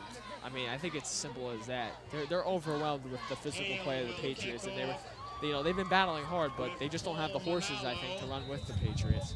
I'm a little surprised because Bergenfield just came out here on their first of the series, and they were 2 for 2 on 4th down until they turned the ball over on downs deep in the Patriots' territory. Kale's kick is a high one towards the center of the field, taken there by Manalo. Runs up the field. He's going to be dropped down at about the 27-yard line where the Bears will take over with 12 seconds remaining. So they're about to they might get one play off. I don't think it's worth it because they have no timeouts left. They used all their timeouts early in the first quarter. If I'm Coach Gambardella, take a knee, go into the locker room, and just talk to your team. And coming up at halftime, the debut of the In the Locker Room report, as myself, David Suntup, had a chance to sit down with star running back number 20, Danny DeSico. Wasn't really in the locker room this week, was it, Dave? No, it was on the set. We had no ties to get into the locker room since it was a short week. So now they're going to run a play. I can't believe. Are they going to run a play, Dave? They fumble it. That's the play they're going to run. They're going to fumble a play. Okay. That's why they should have just taken a knee. The knee is the safest play to take when you're playing against the Patriots. So now that will run down the clock. So that is the end of the first half here at Patriots Stadium. The Wayne Hills Patriots lead the Bergenfield Bears 35-0. Dave, thoughts on the first half of action as it's all Wayne Hills? Bergenfield has not looked that bad offensively. They've run the ball very well, especially Hernandez. But Rubenetti, later on in the half, was really getting a lot of pressure. He didn't know where to go with the ball. He was throwing it to double coverage as he did in that interception by Marson. And the Patriots have just really shined the offensive side of the ball. Mike G and Papa, very proficient throwing the ball, finding open receivers. Dave DeSico and Carlton Marson have really run the ball down Bergenfield's throat. And now that's why the Patriots have a 35-0 lead, because they've played smart, they've run the ball well, they've done a good job on defense, and they haven't had any penalties or turnovers. Yeah, I mean, they really have not done much to hurt themselves. After that first series, the Patriots, I thought it was going to be a closer game, but they just came back. They made an adjustment. That's what you say. It's a key moments there. That's just how it was. You know, I can't even get the words out of my mouth. It's just amazing how the Patriots have made the adjustments to take this game to a 35-0 lead. And Aaron Ploshnick's got us an interview. Aaron, take it away. Thanks, guys. I'm here with former Wayne Hills players Kevin Barakat and Dave Ogden. Kevin, what do you think the play of the game so far? Well, it looks like Wayne Hills is pretty dominant as usual, and that the run game is really going for them. It looks like they're just tossing, running everyone over, but the defense can play a little bit better. It looks like they're giving up a little too many yards, but otherwise they should be fine. They're up 35-0. The score should keep the shutout and just keep it rolling. Dave, your brother Brian's playing. What do you think of his performance so far? He's doing good. He can do a little better. Maybe 1 or 2 more touchdowns. A pick for a touchdown. He'll do fine the second half. I think he's just getting warmed up. He's gonna really perform. Final score predictions, guys? 42-0. 55-0. You heard it from Kevin and Dave. Back to you guys. Thank you, Aaron, for that report from the alumni class of 2007, Kevin Barakat and Dave Ogden. You heard it from them. They think it's a blowout. They think this is done. They think Bergenfield has no life in them. Do they have any life in them? Bergenfield, no. I think they're done. Wayne Hills has really put this game far away. They figured out Bergenfield's strengths. and now the Patriots have totally put their mark on this ball game. Yeah, absolutely. I mean, there's nothing much to it. I mean, they got it. Bergenfield, they have to step up. That's all they have to do. They're going to have to step up their game, and Vin Rubinetti's going to have to take this game, take the load on his shoulders, and if he wants to lead the team to victory, he's going to have to put up 5 touchdowns in the second half, and I don't really see that happening, Dave. Well, if I'm Vin Rubinetti, I'd try to get a tape of that Patriot-Colts game last year at the RCA Dome and watch it for some inspiration, or maybe turn on Miracle on Ice and watch that for some inspiration, because Vin Rubinetti really has his hands full. Bergenfield really wants to come back into this game, but I really think this game is pretty much over with, except for the fact that they still have to play 24 minutes. The nail in the coffin was that interception to Morrison, and the Patriots came right down the field and scored a touchdown. Because the Bergenfield defense has really had their hands full with this Patriots rushing attack, and they haven't been able to get any stops. And the tough thing is that Rubinetti has not really had too many long drives, except for the first offensive drive, because to be successful, you have to keep that Patriots offense on the sideline. Rubinetti, they have to have short completions, short runs, really move that ball. They're not going to be getting 50 to 60-yard plays on this Patriots defense. It's going to be a 3-yard run here or a 5-yard pass there. They have to move the chains, 3 plays to move the chains, and really take time off the clock. But they can't do that now because there's not enough time to overcome a 35-point deficit. And that will be it. At the end of the first half here, the Wayne Hills Patriots lead the Bergenfield Vales 35-0. As we're going to go to the In the Locker Room report by David Suntup and Danny DeSico. Enjoy, folks.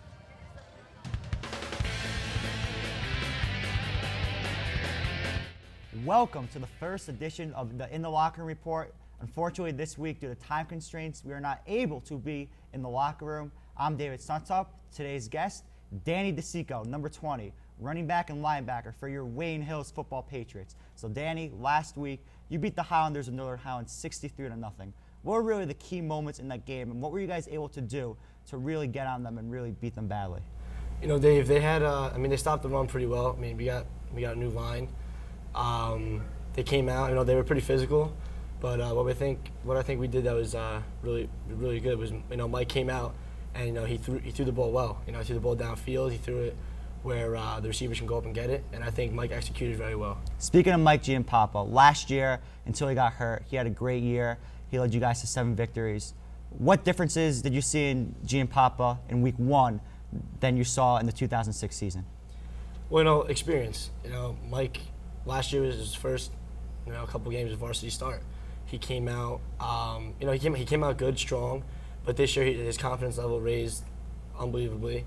And, you know, he knows defenses, he knows what everyone's doing on offense. He's just a great leader, and I think he can lead us to 12-0 this year. If Giampapa could throw the ball like he did last week, every week, in and out, how much do you think that will help you and Carlton running the ball?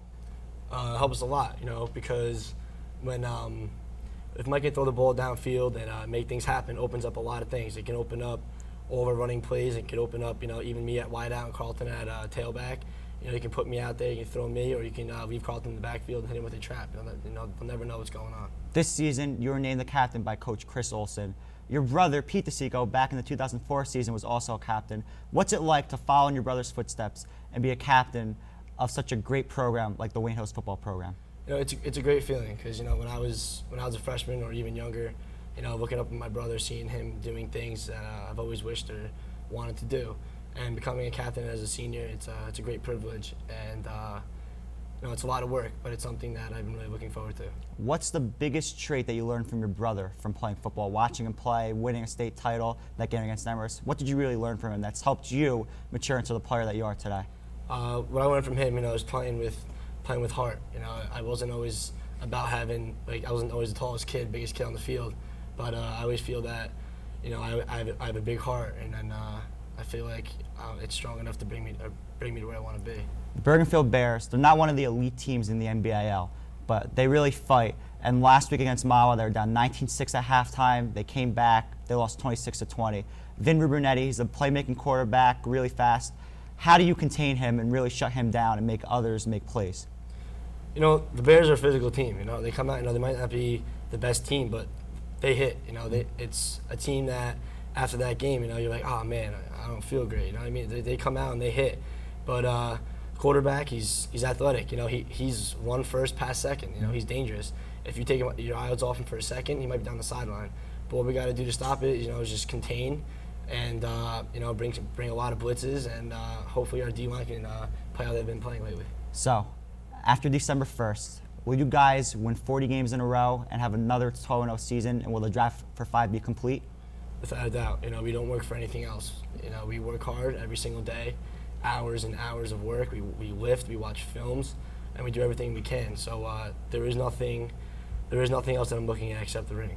Danny, thank you very much. Best luck against Bergenfield. And we will be right back with the second half of action right after this. I'd like to thank Danny DeSico for joining me in the Locker Report. It was really a pleasure to sit down with Danny. He was a great guest on the show. So, Andrew, the last 2 seasons, Danny DeSico has really been a great asset to this Patriots team. And he's one of the reasons why the Patriots have been 13-0 since he's taken over as a starter at running back and linebacker. Oh, I mean, he's been a huge asset. I mean, there's no question about it. When he's scoring touchdowns night in and night out, you can't ask for much more than that. But what's even been a bigger presence is his leadership. Every time he's out there, he's one of the 5 captains on this team. He goes out there, works his tail off during practice, during the offseason, and he's an example, a role model for the younger players. They look up to this kid. The kid filled in for Ray Van Peenan last year for most of the season, and he stepped up. At a time, he led Passaic County in touchdowns. I mean, you can't really ask much more for that from a backup running back last year, and he's a leader. That's all you can ask for. DeSico first team All-County last year for this Wayne Hills team. He had 5 games of more than 100 yards on the ground. He was just a huge asset to this Wayne Hills team on all sides of the ball, and even on special teams, blocking downfield for Nick Romeo as a sophomore. He was excellent. And we'll be back right after a short break. Thank you for your patience, ladies and gentlemen. And now you can listen to the sweet sounds of the Wayne Hills Marching Band. Enjoy.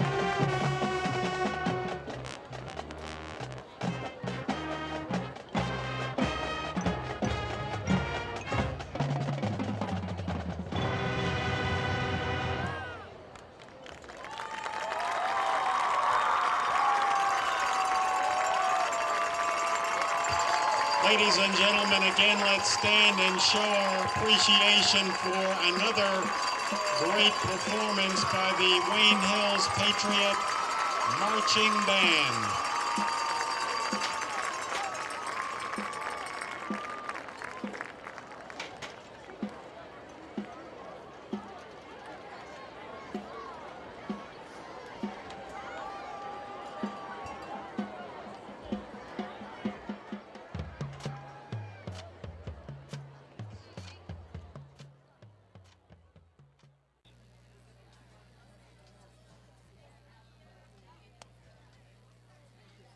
And now let's take a look at the first half highlights brought to you by Wayne Hills High School. Study hard and get good grades. And here they are as the Patriots in their own territory. Gayo in motion, hand off to Seco. He bursts up the middle. He takes a hit. He's still on his feet down the left sideline to the 20, 15, 10, 5. Touchdown Patriots. Say this is going a 65-yard run. And then Rubenay on a key fourth down play as Brian Ogden swats the ball down.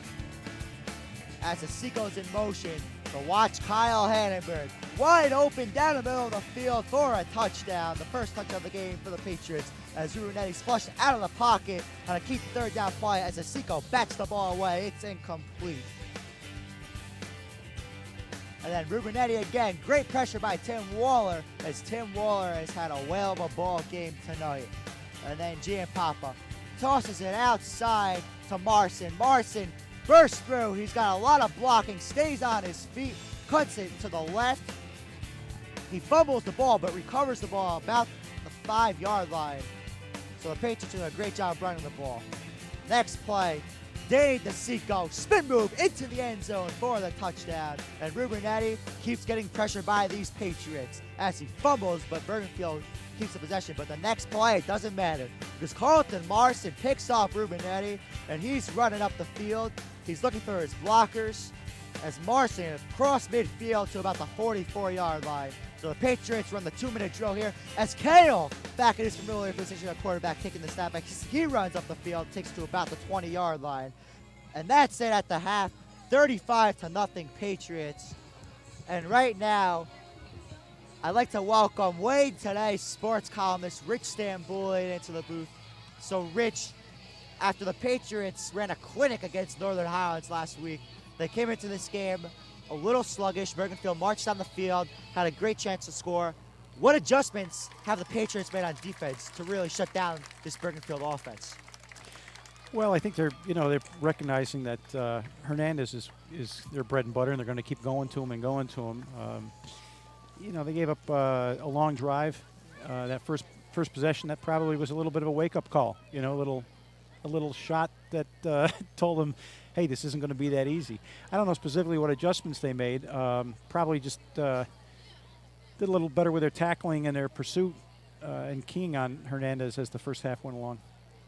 Mike Giampapa, he's looked fantastic this season. He already has thrown for 2 touchdown passes tonight. Why has Giampapa been so much better this year than last year? Even though he had a great year last year until he got hurt. 5 touchdowns, 1 interception. But this season, he's really raised it to another level.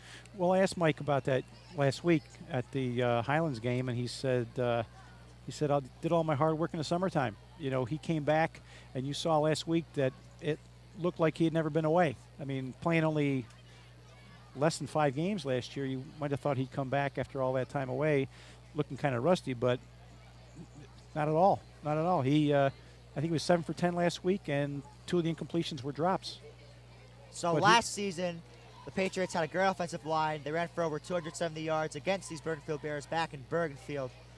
But they lost some key members of that line to graduation. Matt Johnson, Dave Ogden, among others. And Nico Stevens is out with a shoulder injury. How have the Patriots been so successful in running the ball tonight? Well, they reload. That's the story of every successful program. The kids who have waited their turn to play this year, either as seniors or possibly as juniors, have come up through the ranks. They're well schooled, they're disciplined, they know what they have to do. They've done the hard work, and when you get your chance to play and you've done all that hard work, it's not that much of an adjustment to step in and do the same things you've been doing for the previous 2 or 3 years, whether it be at the freshman level or JV level or some varsity experience last year. So, Rich, if you're Bergenfield coach Joe Gambardella, is there anything that you could tell your team down 35-0 going to the second half? Well, you know, he's probably telling his team, you knew it was going to be a tough game. Let's stick with our game plan. Let's stay positive, keep our heads up, and, you know, try to move the ball like we did in the first half. Try to get in the end zone. I mean, obviously, it had to be a big letdown for them making that long opening drive and not getting into the end zone. So, but you know what? They've got 9 or 10 more games to play. They can't let one game against, you know, perhaps the best team in the area ruin their season. And I'm sure the coach is telling them to, you know, look at it and stay positive. Rich Stamboyan, thank you for joining us. It's always a pleasure. My that pleasure. was Rich Stamboyan, sports columnist for the Wayne Today. As we are back here in the booth, I'm David Suntup alongside Andrew Gayo. As back here at Patriots Stadium, the Patriots have a 35-0 lead. Mike Giampapa is throwing touchdown passes to Kyle Hannenberg and Brian Ogden. Dan DeSica has added some rushing touchdowns of his own, including a 65-yard scamper, which I believe was the second touchdown of the game for the Patriots. And Bergenfield really came out here, had a good offensive series, but it's still in their third fourth down attempt. And the Patriots have taken over ever since, Andrew. Well, I mean, it's been a complete turnover for the Patriots. Bergenfield really came out of the gates looking sharp, and then, as Rich said it, they made adjustments, and the adjustments just worked that well in the Patriots' favor that they shut them down. There was Vinny Rubinetti and the Bears offense had no answer for the Patriots. What did the Patriots really do, Andrew, to really shut down Vin Rubinetti? Because he was really having his way, but later in the second half, he was scrambling for his life out there. And when he was stuck in the pocket, he had nowhere to go because there were 3 guys in his face, and he was seeing nothing but maroon jerseys. It was all the pursuit on the defensive line. When the pursuit was on, they had no answer because the middle linebackers were there, the backs were there. Basically, all my keys are our keys to the game. They came up in handy after the defensive line put the pressure on. It was all Wayne Hills after that. Yeah, Wayne Hills Patriots have really put their mark on this game, just like they did last week against Northern Highlands, even though today things came a little slower than last week. But if I'm Bergenfield, just go out there, pretend it's a new slate, I guess you could say, and I guess you got to prepare for – actually, they do not play a game next week. Their next game is 2 weeks from tomorrow against Northern Highlands at Bergenfield, I believe the game is. So just try to work on some kinks, really work on their defense because their defense has just not been up to par today, especially when you're playing a team like Wayne Hills. When you're playing a team like Wayne Hills, you can't make mistakes on defense. You really have to do a great job at stopping the run, and Bergenfield has not been able to do that. And if they keep playing like this on defense, they're going to have a lot of trouble this year. Oh, I mean, they're going to have a lot of trouble because you just can't do that against the better teams. But you know what? I do see an upside in the Bergenfield Bears. They do play hard, and they believe. And half the battle is if you can believe, you can do well. And in the beginning of the game, I think they were believing that they could win. It just so happens, though, the better team took over the momentum. Well, the program had this culture really changed last year when Coach Gambardella was hired to lead this Bergenfield team. Even if you saw the first drive, they came into this game fired up and ready to play. They weren't intimidated. But once they really got down the hall, things are really starting to fall apart here for Bergenfield. Actually, things got realistic, I guess you can say. Things happened to the point that you knew that there was really no answer for the Patriots. As the Patriots, actually, here's tonight's trivia question, which is brought to you by Wayne Hills High School. Study hard and get good grades. And the question was, in last Saturday's 63-0 win over the Northern Highlands Highlanders, kicker Tim Divers broke the school record for PATs in a game with 9. Which 3 players were tied for the previous record? And at the end of the third quarter, the answer will be coming up. As I said before, if you get this question right, besides being inducted into the Trivia Question Hall of Fame, I think you deserve a free bloomin' onion at Outback. And if you guys have any questions, comments, criticisms, or concerns, please email us, the Wayne Hills TV Club, WayneHillsTV@AOL.com. That's WayneHillsTV@AOL.com. Keep those emails coming. We're just overwhelmed. Oh, we're totally overwhelmed. Well, actually, on a lighter note, we have not gotten any emails from any fans yet, but I did get the first email of the year yesterday. I guess you could consider it. I lost out on the drawing for Mets playoff tickets. Pretty disappointing. As the captains are at midfield, as the Patriots will get the ball first since they deferred to the Bears in the first half. So that's the tough thing about playing Wayne Hills. Patriots are on defense, but then when you're in this hole, you're on defense to start the second half. David, on a note that I need to bring up, in memory of Wayne Police Sergeant Thomas Deppa, who passed away this past August 29, 2007, the Wayne PBA is hoping a benefit beefsteak Monday, October 22nd, 2007 at 7 p.m. at the Wayne PAL in Wayne, New Jersey. That's 1 PAL Drive. Tickets are being sold for $50. This is to benefit Sergeant Deppa's wife, who has advanced stages of multiple sclerosis, and his 5 children ages of 28, 25, 14, 12, and 11. The Sergeant Deppa was assigned to the patrol division as a road sergeant at the time of his death. If you want to buy any tickets, please contact Paul Dring at 973-633-3582. That's 973-633-3582. So Kale and Ogden back deep for the Patriots to receive the kick. Usually it's Asiko and Marson back there. Says Marson recovers it, brings up the field, trying to find a block or two, runs to the right side, spins off a couple defenders and just loses his footing, falls down at about the 44-yard line where the Patriots will take over. Carlton Marson just running back there like he's playing center field, makes an over-the-shoulder catch. Did a great job using his blockers there as he gets up close to about the 44-yard line. Great block there by Ugo Obilo, paving the way for Marson to get close to midfield for the Patriots. So now the Patriots will take over at about the 44-yard line. 11:45 remaining here in the third quarter as it just got underway here at Patriot Stadium. So the Patriots start off the second half with a chance to add to their 35-0 lead. Giampapa play action fake, rolls to his left, throws it down the field to Kyle Hamburg, spins off a defender, runs up the field, taken down at about the 30-yard line. So now the Patriots get a first down right away as Jipu, he continues his great play.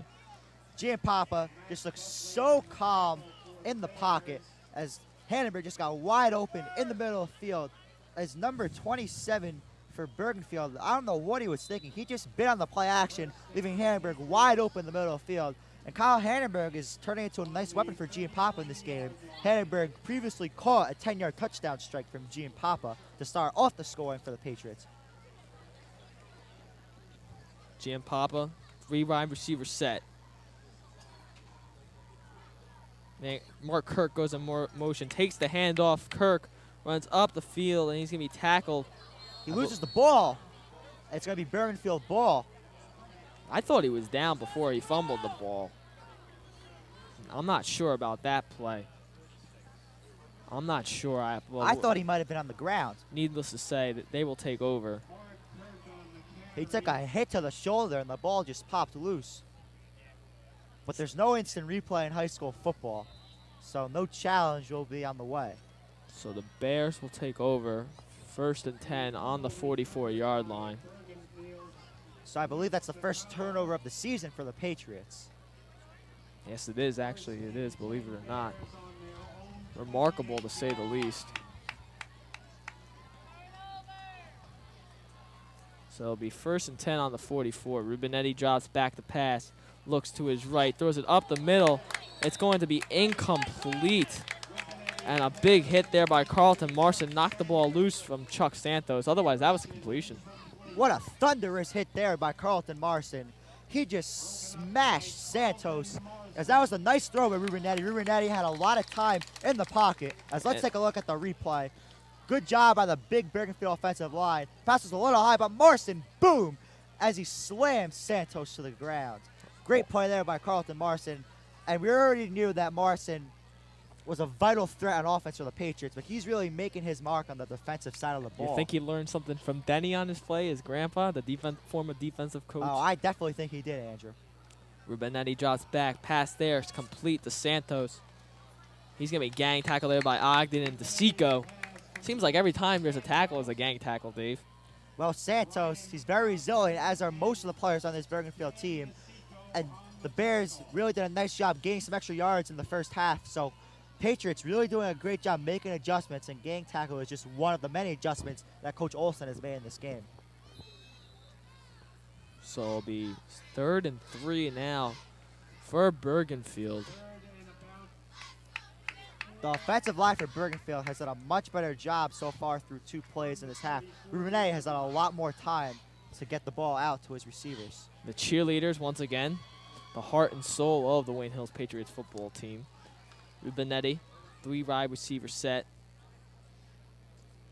Play action fake, pump fakes, runs to his left side, trying to scramble to get the first down. And indeed, I believe he will get the first down. So it will be 1st and 10 now as the Bears move the chains.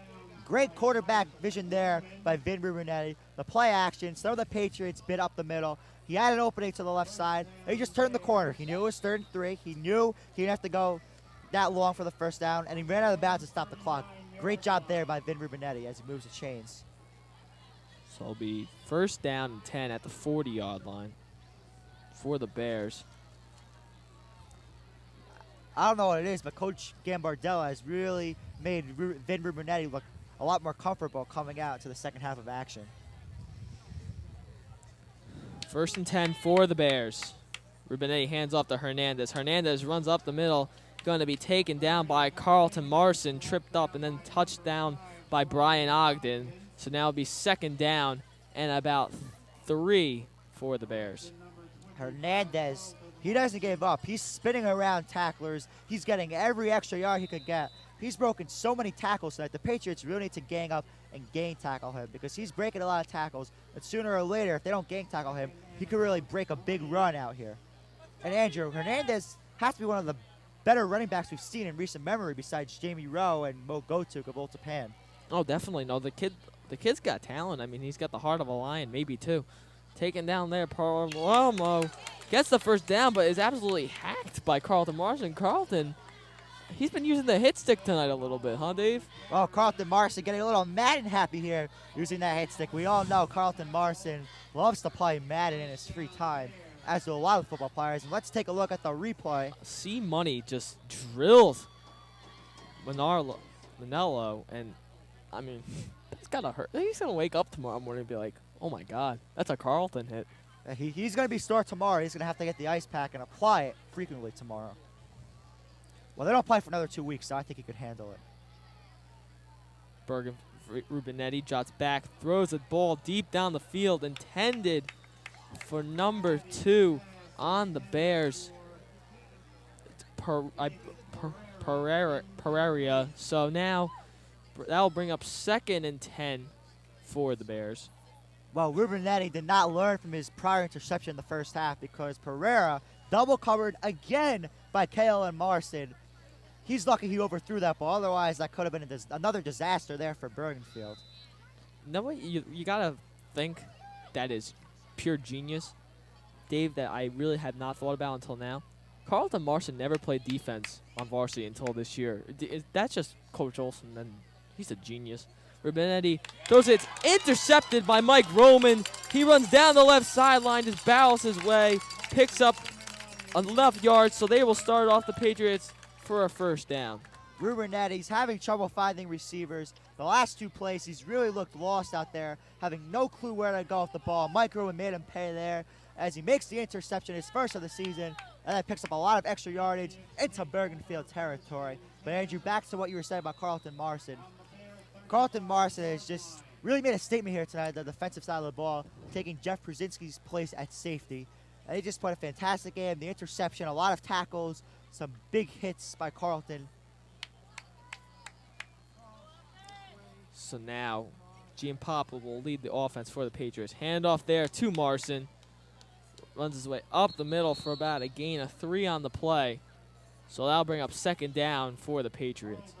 So Carlton Marson, after making some big plays on defense, now getting some action on the offensive side of the ball as he picks up a gain of 3 up the middle. As the Seco and Ogden check into the game. Dave, do you remember who Matt DeBow said his X Factor was going to be? Brian Ogden, and Matthew DeBow is sitting in his dorm in Happy Valley thinking, I got that one right last year on December 2nd. Well, so when far, I said so my X good. Factor would be Brian Ogden. Brian Ogden, 3 touchdowns this season. So far, so good. And about 80 receiving yards, too. For Mr. Matthew Joe DeBow on the radio. Father, Dayton, Ohio. We love you, Matt. Gayo goes in motion. Giampapa, play action fake. Throws it there to Marson. Marson picks up a block from Kale. Is juking his way down the sideline. He gets out of bounds. Dave, great play, but we have some word from Aaron Ploshnick. Aaron, take it away. Guys, thanks a lot. An unsung battle coming into this game was the matchup of Bergenfield's O-line versus Wayne Hills' D-line. And as shown by that last interception, Wayne Hills' D-line has been getting a lot of pressure on Bergenfield's O-line. And look for more turnovers for this game and most likely for the rest of the season against other opponents. Thanks, guys. Back up to you. Thank you, Aaron. You are something else. Aaron Ploshnick making his mark as a sideline reporter for WHTV. Giampapa's pass complete to DeSico. DeSico eludes some defenders and makes something out of nothing. Gets it up down the field and picks up some extra yards that looked like was not going to happen. DeSico almost never goes down on first contact. He takes so many hits and stays up. He's just so strong. He has so much leg strength that enables him to break so many tackles. Back to that last pass to Carlton Marson. Giampapa had Brian Ogden wide open, but he passed it to Marson, and he definitely did not make a mistake because Marson broke so many tackles as he ran up the field, and Carlton just showed great resilience on that play. As Kale looks to have cramped up, and it looks like Margaret's been stretching him. Handoff there to DeSico, runs to the right side. Dukes to Joe Volpe gets hit from behind. Hope he's okay. So DeSico gets gang tackled. So now it'll be 3rd down and about 4 for the Patriots on offense. As DeSico picks up a couple on that play. So now it's a 3rd and short situation here for the Patriots. And Kyle Hannenberg has come up big tonight, especially in these types of situations, as he did early in the first quarter for the Patriots' first score. So look for Kyle Hannenberg to get involved here. Maybe a little play action here. Good call, David. Well, I like play action. You know that. But one play that we have not seen this year, we have not seen a bubble screen this year from the Patriots. Am I correct, Andrew? Not yet. Kale's lined up at quarterback. Go figure. Scrambling to the middle of the field is Kale. He keeps moving. He gets a couple yards on the play. He's going to be just short of the end zone, so that's going to be a 4th down, and I'd assume you go for it. I don't know. He might have the first down. It's going to be close. It was 3rd and 4. Do you think he got it, Andrew? It's going to be he got it. He got it. Yes, it's 1st and goal for the Patriots. The tough thing for opposing defenses is when Jeremiah Kale is lined up at quarterback, well, tonight he's run the ball every time he's been lined up in that position, but he could throw the ball too because he had a couple of games last year where he really racked up some good numbers throwing the football. But now the Patriots come out and jumble set like they usually do in these goal line situations. Hand off to DeSico. Scrambling for the end zone. It's going to be close. Look for a signal. It's going to be 2nd and inches as DeSico's just short. But on this play, he'll most likely get in as long as the offensive line can get some good penetration. They're usually about 100%, I'd have to say, in red zone. Oh, pretty territory. much. Ever since we've been here. Every time they get into the red zone, they usually score. The defining play when the Patriots were in this situation came back in 2005, October 28th, when the Patriots at Rampo Stadium in that comeback win. Ray Van Peen, I remember, 4th and goal, diving across the goal line. Very emotional moment. Giampapa, play action fake, throws it into the end zone to Marson as he dances his way in, which gives the Patriots a 41-0 lead. Mike Giampapa, his clinic has arrived here at Patriots Stadium. 3rd touchdown pass of the night, 6 on the season, as the play that I would like to call play action has taken effect here at Patriots Stadium as Carlton Marson gets into the end zone for the first time tonight as the Patriots take a 41-0 lead. Divers to kick. Divers, the kick is perfecto.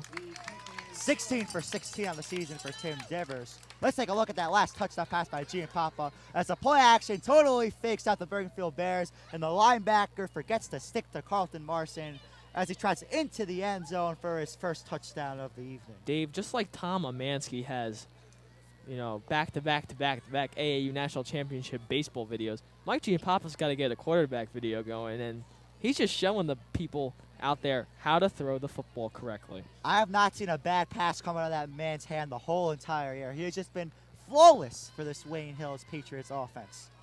Unbelievable, to say the least. stepping up his game to the maximum.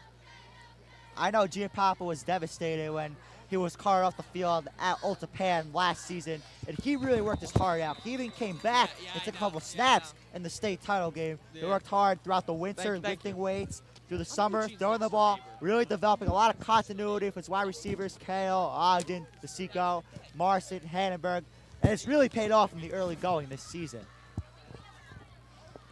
As a nice play there by Matt Rubin at special teams to tackle number 2, David Pereira, as the Bears have done a pretty good job returning the football tonight on special teams, as Matt Rubin has really done a great job making a name for himself this season.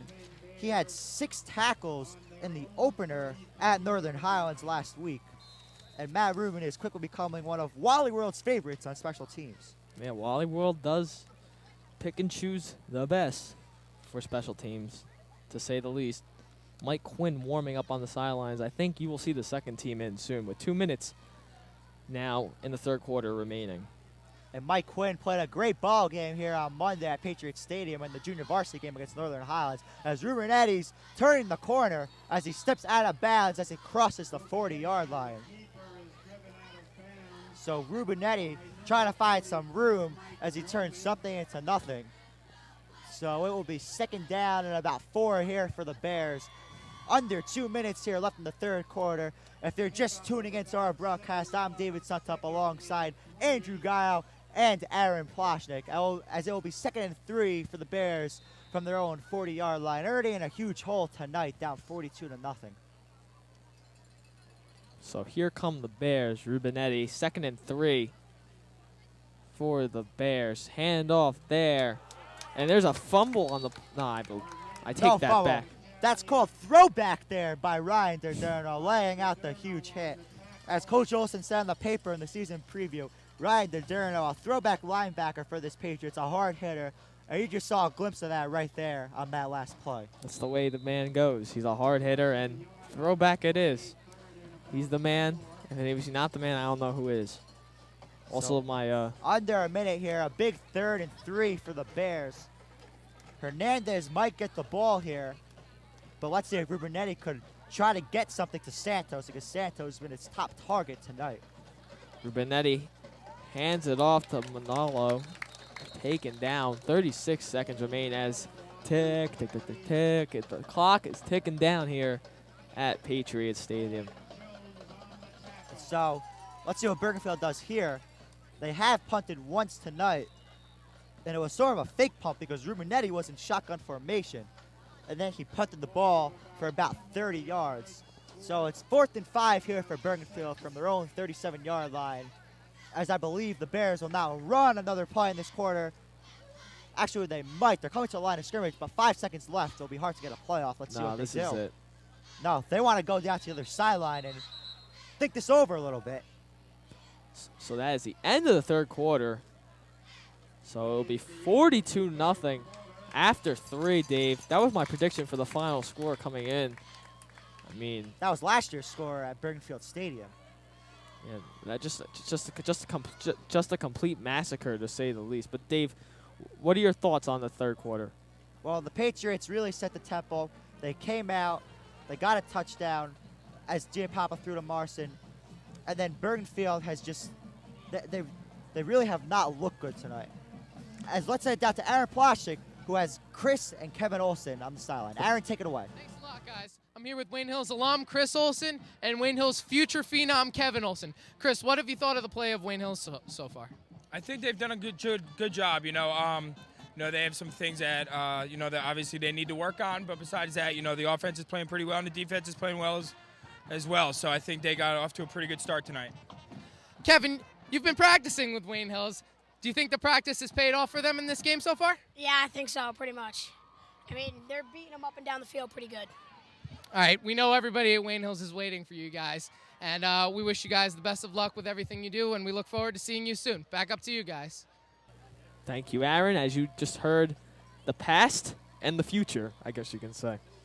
I'd like to correct myself. Actually, in the opening drive for the Patriots, Mark Kirk fumbled the ball on a questionable call. But then on the Patriots' next possession, Carlton Marson got into the end zone, courtesy of a pass from Mike Giampapa, who has just put on a show tonight. Back-to-back 3-touchdown games for Mike Giampapa to start off the season. So we begin the fourth quarter of action here as Rubenetti set the punt. He's not even back that deep, so we don't know what he's doing here. They're a tricky team. They are punting. Rubenetti kicks a short kick, just goes out of bounds, trickles out at about the 40-yard line. As a flag comes down. I believe some extracurricular Only activity. a 23-yard punt there for Rubenetti. I guess Coach Joe Gambardell does not want the ball in Carlton Marson or Dan DeSico's hands. I believe there was some words or some extra shoving that was not necessary. Yeah, Coach Olson, we all know he doesn't like those kind of penalties from his team. But luckily for the Patriots, it comes in a situation where they're up 42-0. So it's a 15-yard penalty as the Patriots will be backed up to their own 25-yard line. But as the great Dan Cohen would say, the Patriots have the kind of versatility where they could score from 40 yards or they could score from 90 yards. Dan Cohen just says it well. As Mike Giampapa is coming back onto the field to start the fourth quarter, so Mike Quinn will have to wait his turn for the Patriots. So now 1st and 10 from the 25-yard line. Once again, Gayo lined up at quarterback, and Chris Olson's going to take a timeout here to discuss. Maybe he's going to make some changes. I believe the second team's coming in. Here they come. So Mike Quinn coming into the game, his second game of the season for the Patriots. And I don't know what the score was of the JV game, but Mike Quinn was excellent, firing on all cylinders for the junior varsity offense. He really looked great throwing the ball, and he really did a great job mixing in all his receivers. And Mike Quinn is going to be a future star for this Wayne Hills team. Oh, absolutely, Dave. I mean, he's got the physical size. He's got a lot of tools. He's got a good arm. I mean, he's going to be a good one. He's going to be a good one for the next 2 years after Giampapa and the rest of us graduate. Dave, this is our senior year. This is our last home opener we're doing. I mean, not going to lie, it's emotional. Oh, it's definitely emotional, Andrew. I remember the first game that we did together against the Teaneck Highwaymen, Sunday, November 14, 2004. A nice sunny day here, playoff action. We've really grown into men since that day. Yes, freshman year. Patriots won that game 20-7. I think my voice was still a young kid back then. Romeo goes in motion. Quinn hands it off there to Kirk as he rushes up the field for the first down. Keeps moving, gets to about the 42-yard line. And now, here is the answer to tonight's trivia question, which is brought to you by Wayne Hills High School, Star and Get Good Grades. If you guess Tommy Lyons, Sebastian Marquez, Rick Pignatello, first of all, you will be inducted into the Trivia Question Hall of Fame. And second of all, we'll talk to the Outback Steakhouse about this, but a free bloomin' onion might be in your future. So, those three young men had their record broken last Saturday afternoon at D.N.A. Moore Stadium by Tim Divers. Kirk runs it up the middle for without a gain of 9. Dave, I think you are the commish of that Hall of Fame. Am I not mistaken? Yes, I am the commissioner of that Hall of Fame, and we're looking for people. So if you have any trivia answers or trivia questions, feel free to send them to us. But the Hall of Fame is empty. We're looking to start it up, looking to make our last impression here on this WHTV program before we move on to bigger and better things, which will be some university. Definitely make the most of it. Goes away in the blink of an eye. Kirk runs up the middle, tries to get the first down. Comes up short. Bleak is a gain of about a half a yard. So that'll bring up third down, for the Patriots. So, Andrew, looking ahead to this coming Thursday, September 20th at 7 o'clock, Andrew Weiss and the Green Raiders of Ramapo come into Patriots Stadium to take on Mike Giampapa, Dan DeSico, Carlton Marson, and this potent Wayne Hills offensive attack. What should we expect from Ramapo when they come in here on Thursday? It's going to be a rude awakening for the Raiders. I mean, they're going to come out tough because it's always Ramapo Wayne Hills. Handoff there to Kirk. Spins, makes a move, keeps running. gets another first down. Mark Kirk's shown some, ever since the fumble, he's been showing some good speed and showing that he can hold on to the football. The key for Mark Kirk is he's doing a great job. He's always moving his feet, which really enables him to break a lot of tackles. As on this offensive series, he's really made up for that fumble before, which was a questionable call. So we don't know if his knee was down before he coughed up the ball. Kirk has moved the chains twice on this drive. Well, I definitely agree, though, David, that the Rampa Raiders are going to be in for a rude awakening, and it could be a potential nightmare because I saw them. Me and you saw them play against Old Japan, and they're a small team, and they're going to be struggling. I'll tell you my opinion after this play, Andrew. Falzarano and Obilo to the right. Quinn hands it off to Kirk. Kirk runs to the right side, gets about a gain of 5 on the play, so it'll be second down for the Pats. As Mark Kirk is showing that he can run. Oh, Mark Kirk has a lot of speed, breaking a lot of tackles. His feet keep moving constantly. And he's done a great job moving the ball for the Patriots on this drive as he's been running the ball for a significant amount of yardage. But Rampa will definitely be in for a rude awakening, besides the fact that they have a big size disadvantage on the line. Their defense was very poor at stopping the run. Jamie Rowe, 236 rushing yards, as the pass is complete to Justin Horahan, as Horahan gets across the 30 up to the 27-yard line. There's so the I bubble believe screen. the first career pass of Mike Quinn at the varsity level. No, he had one last game against Northern Highlands. He was Okay, I wasn't sure if he threw a pass last No, week. he was 1 for 1 last week. But no, that was a bubble screen. First bubble screen of the season for the Patriots, not even run by the first-team offense. I'm telling you, he's just got some tricks up his sleeve, Coach O. Jumbo set for the Patriots. Handoff there to Kirk up the middle. So that'll be about second down and 3 or 4 for the Patriots. And the cheerleaders again, Dave. Dave, what do you think about them? Oh, they have so much heart and passion. They're here hours before the game, decorating the stands, cheering on these football players throughout the game, the chants, all the dances. They just do a fantastic job. And speaking of heart and dedication, you got to look at some special cheerleaders on this team. Christina Bavona, Rachel Pushkoff, and Sammy Ulrich. And Andrew, we've talked about Christina Bavona on this broadcast many times. She's just the heart and soul of this Wayne Hills cheerleading group. Yeah, I mean, she probably talks about cheerleading in her sleep. I mean, she's just that devoted. Flag prior to the snap, as Mr. Mezzi informs me. So let's see, as the penalty will be on the Wayne Hills Patriots. But back to the Green Raiders or Ramapo. They were just destroyed by Old Japan last Friday night in their own house. So if Ramapo wants any chance in this game, they're really going to have to come ready to play, and they're really going to have to stop the run because Danny Seagull and Carlton Marson are the top running backs in the North Jersey area. But Ramapo did look pretty good in that game against Old Japan in the fourth quarter, albeit against the second-teamers. But Andrew Weiss has a nice arm, so the Patriots will really need to shore up their secondary against Mr. Weiss. Handoff to Kirk, runs to the right side, breaks a tackle, spins his way to about the 20-yard line, so it'll be third down now for the Patriots. So the Patriots using the Kirk Express to move the ball on this drive, as it will be a third and short for the Patriots from the Bergenfield 22-yard line. Let's see what Coach Olson has in store on this third down play. Third and about 4. It'll be interesting to see if he has Mike Quinn throw the ball here. Maybe another bubble screen. Could be a possibility. Maybe some play action, but I think the ball's probably going to go to Kirk here.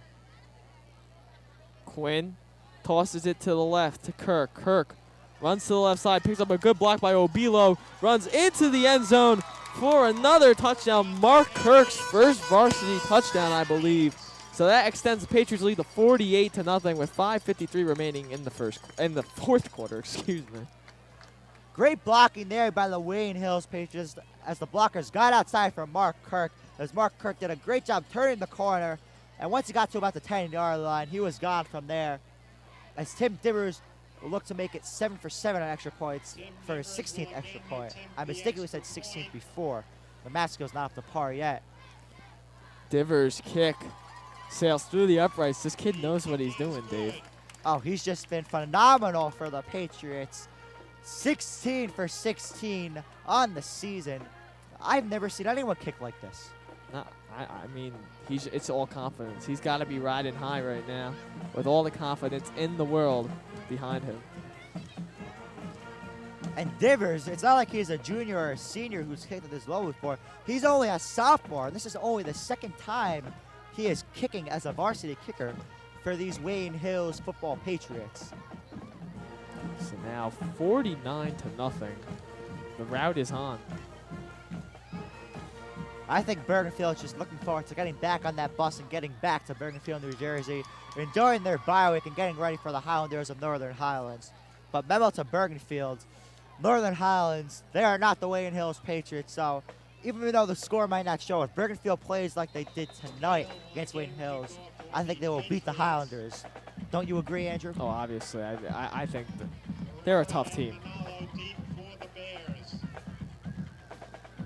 Kickoff there, taken by the Bears. Tackled at about the 26-yard line. And gentlemen, we have a privilege. The quarterback, Mike Giampapa, standing with our own Aaron Ploshnick. Aaron, take it away. Here with Wayne Hills' outstanding quarterback, number 1, Mike Giampapa. Mike, you played a great game so far. The offensive line was coming in. Skeptics were saying that it would probably be the weak point of your team. How do you think they've been playing for you so far? Well, you know, last year we had 3 All-State linemen on the team, and they all graduated. And as Nico went down. So, you know, there was a few kids who had to prove themselves. And I think tonight, you know, they really stepped up. A few seniors stepped up. You know, they played their hearts out tonight. And I don't think it's a weak point anymore. I would have to agree with you there. Tight end Kyle Hanneberg played a big part in this game. He helps out on the line. He also had a touchdown reception. What do you think of Kyle's play so far? You know, Kyle's playing great. You know, he's a big target out there. You know, he's blocking great. We got to get him in the game a little more. We got to find ways to get him the ball. Him as well as other receivers. You know, they're catching the ball great. They're going up for the ball. You know, it makes my job really easy. And after you, we see Mike Quinn coming in the fourth quarter. He's going to be the future of Wayne Hills football. What do you see from him so far? Quinn's great. You know, he's a big kid. You know, his cousin played here at Wayne Hills. You know, I just see great things from him. He's really maturing as a player, and I've been helping him out, you know, as much as I can to try to get him prepared for, you know, whenever he may come in and take the role. You know, I just wish the best for him in the future. All right, thanks a lot, Mike. Pleasure. Just an update for everybody. I was just talking to Nico Stevens in the huddle. He gave me an update. He has something that's called a slap tear. The cartilage that holds his humerus bone has been torn. He is out for the season, unfortunately. Back up to you guys. Thank you, Aaron, for that very insightful and vital information update. Aaron Ploshnick, he just comes up clutch with his information tidbits, Dave, doesn't he? Oh, Aaron Ploshnick's doing a stupendous job tonight for the WHTV. I'm at a loss for words right now because I'm just totally impressed with Mr. Ploshnick doing the sideline reporting for the Wayne Hills Patriots. But Aaron's just done a fantastic job for WHTV, covering all the action from the sideline as Mike Giampapa back-to-back 3 touchdown games to start the season. And even more important question, Dave, after this play, I'll bring it up to you. What would it be real interesting? Now, the quarterback of the future is Mike Quinn. I wonder, deep in my mind, if he has any relation to Sean Quinn. I've wondered that too. Sean Quinn really stepped up his game the latter part of the 2005 season, bringing his Jeep down to the field, really helping us with the technical side of things. Yeah, Sean Quinn, very intelligent young man, came always, you know, sending his word to our advisor, Mr. Jim Hookstraight, you know, saying hello and stuff, and he's Sean Quinn. There's nothing much up to it. And Andrew, Mike Giampapa has already surpassed last season's touchdown total, as Hogan with the punt as it bounces out of bounds at about the 44-yard line. 2 minutes and 19 seconds here remaining in the fourth quarter as the Patriots have a 49-0 lead. So Andrew, speaking of Wayne football, there's a big game at Wayne Valley High School tomorrow afternoon as the Wayne Valley Indians play host to Passaic County Tech, as Matt Dortch will look to build on his 4-touchdown performance last week in the first quarter against Pequannock at Pequannock Stadium. Yeah, PCT is a well-coached team, you know. John Urato, he's a very good coach. He's been there for a while, and they're young, though. It's going to be a struggle against Wayne Valley. Handed off there to Evan Little as he runs down the left sideline. Gets tripped up at the 10-yard line. Evan Little is one of those kids that you don't hear a lot about, but the kid can run. And the kid's also very persistent, breaks a lot of tackles very quick. It's like playing Madden and using the juke stick on Madden. That's just how good Evan Little is at moving his legs and breaking tackles. He actually saw a lot of time last year in garbage time, and he showed that he could run. He did very well last year from what I can remember. Yes, he did a fantastic job for the Wayne Hills Patriots. Pick up a lot of yards, and he was called upon. So Little brings the Patriots to about the 10-yard line, where Quinn and the rest of the Patriots will set up. As Quinn's just milking down this clock. As the Patriots in the red zone, as Quinn's going to take a knee. As the Patriots wrap up their 30th consecutive victory. That 30 in a row. So the Patriots really put on a clinic here tonight in their home opener against the Bergenfield Bears. And they have another short week ahead of them as they will face off on Thursday, September 20th against the Ramapo Raiders. Always a rivalry game as Andrew Weiss brings his team into Patriots Stadium. Dave, they're playing the Ramapo Green Raiders. Are they going to be doing big things against them, or are they going to be doing small no things? doubt about it, because the Patriots have a huge size advantage on the offensive line. And actually, next Thursday is the birthday of a very special man who just joined us, Mike Martinez. He'll be 17 years old. And watch out on the roads of Wayne, New Jersey, because on September 20th, Mike Martinez becomes driver's seat eligible. I'll make sure my camera doesn't get any dents in it. Well, he'll be driving the red 2001 Nissan Altima, and he's just going to be doing big things with the vehicle. There's not much else to it.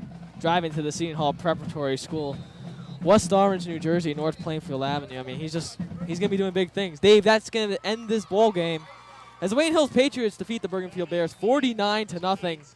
Just another blowout on our watch, another shutout, another win in our game that we've done. So Dave, your thoughts on tonight's contest? Mike Giampapo is just fantastic. Totally accurate with all of his passes. And then Danny DeSico did a great job running the ball. But the key play that really hurt Bergenfield was actually on their first drive. When they couldn't convert on fourth down, and the Patriots just ran down the field, and Kyle Henneberg caught the touchdown pass from Mike Giampapo. That really took all the life out of Bergenfield. And the last chance they had, driving down the field, that interception by Marson, basically the nail in the coffin for Bergenfield.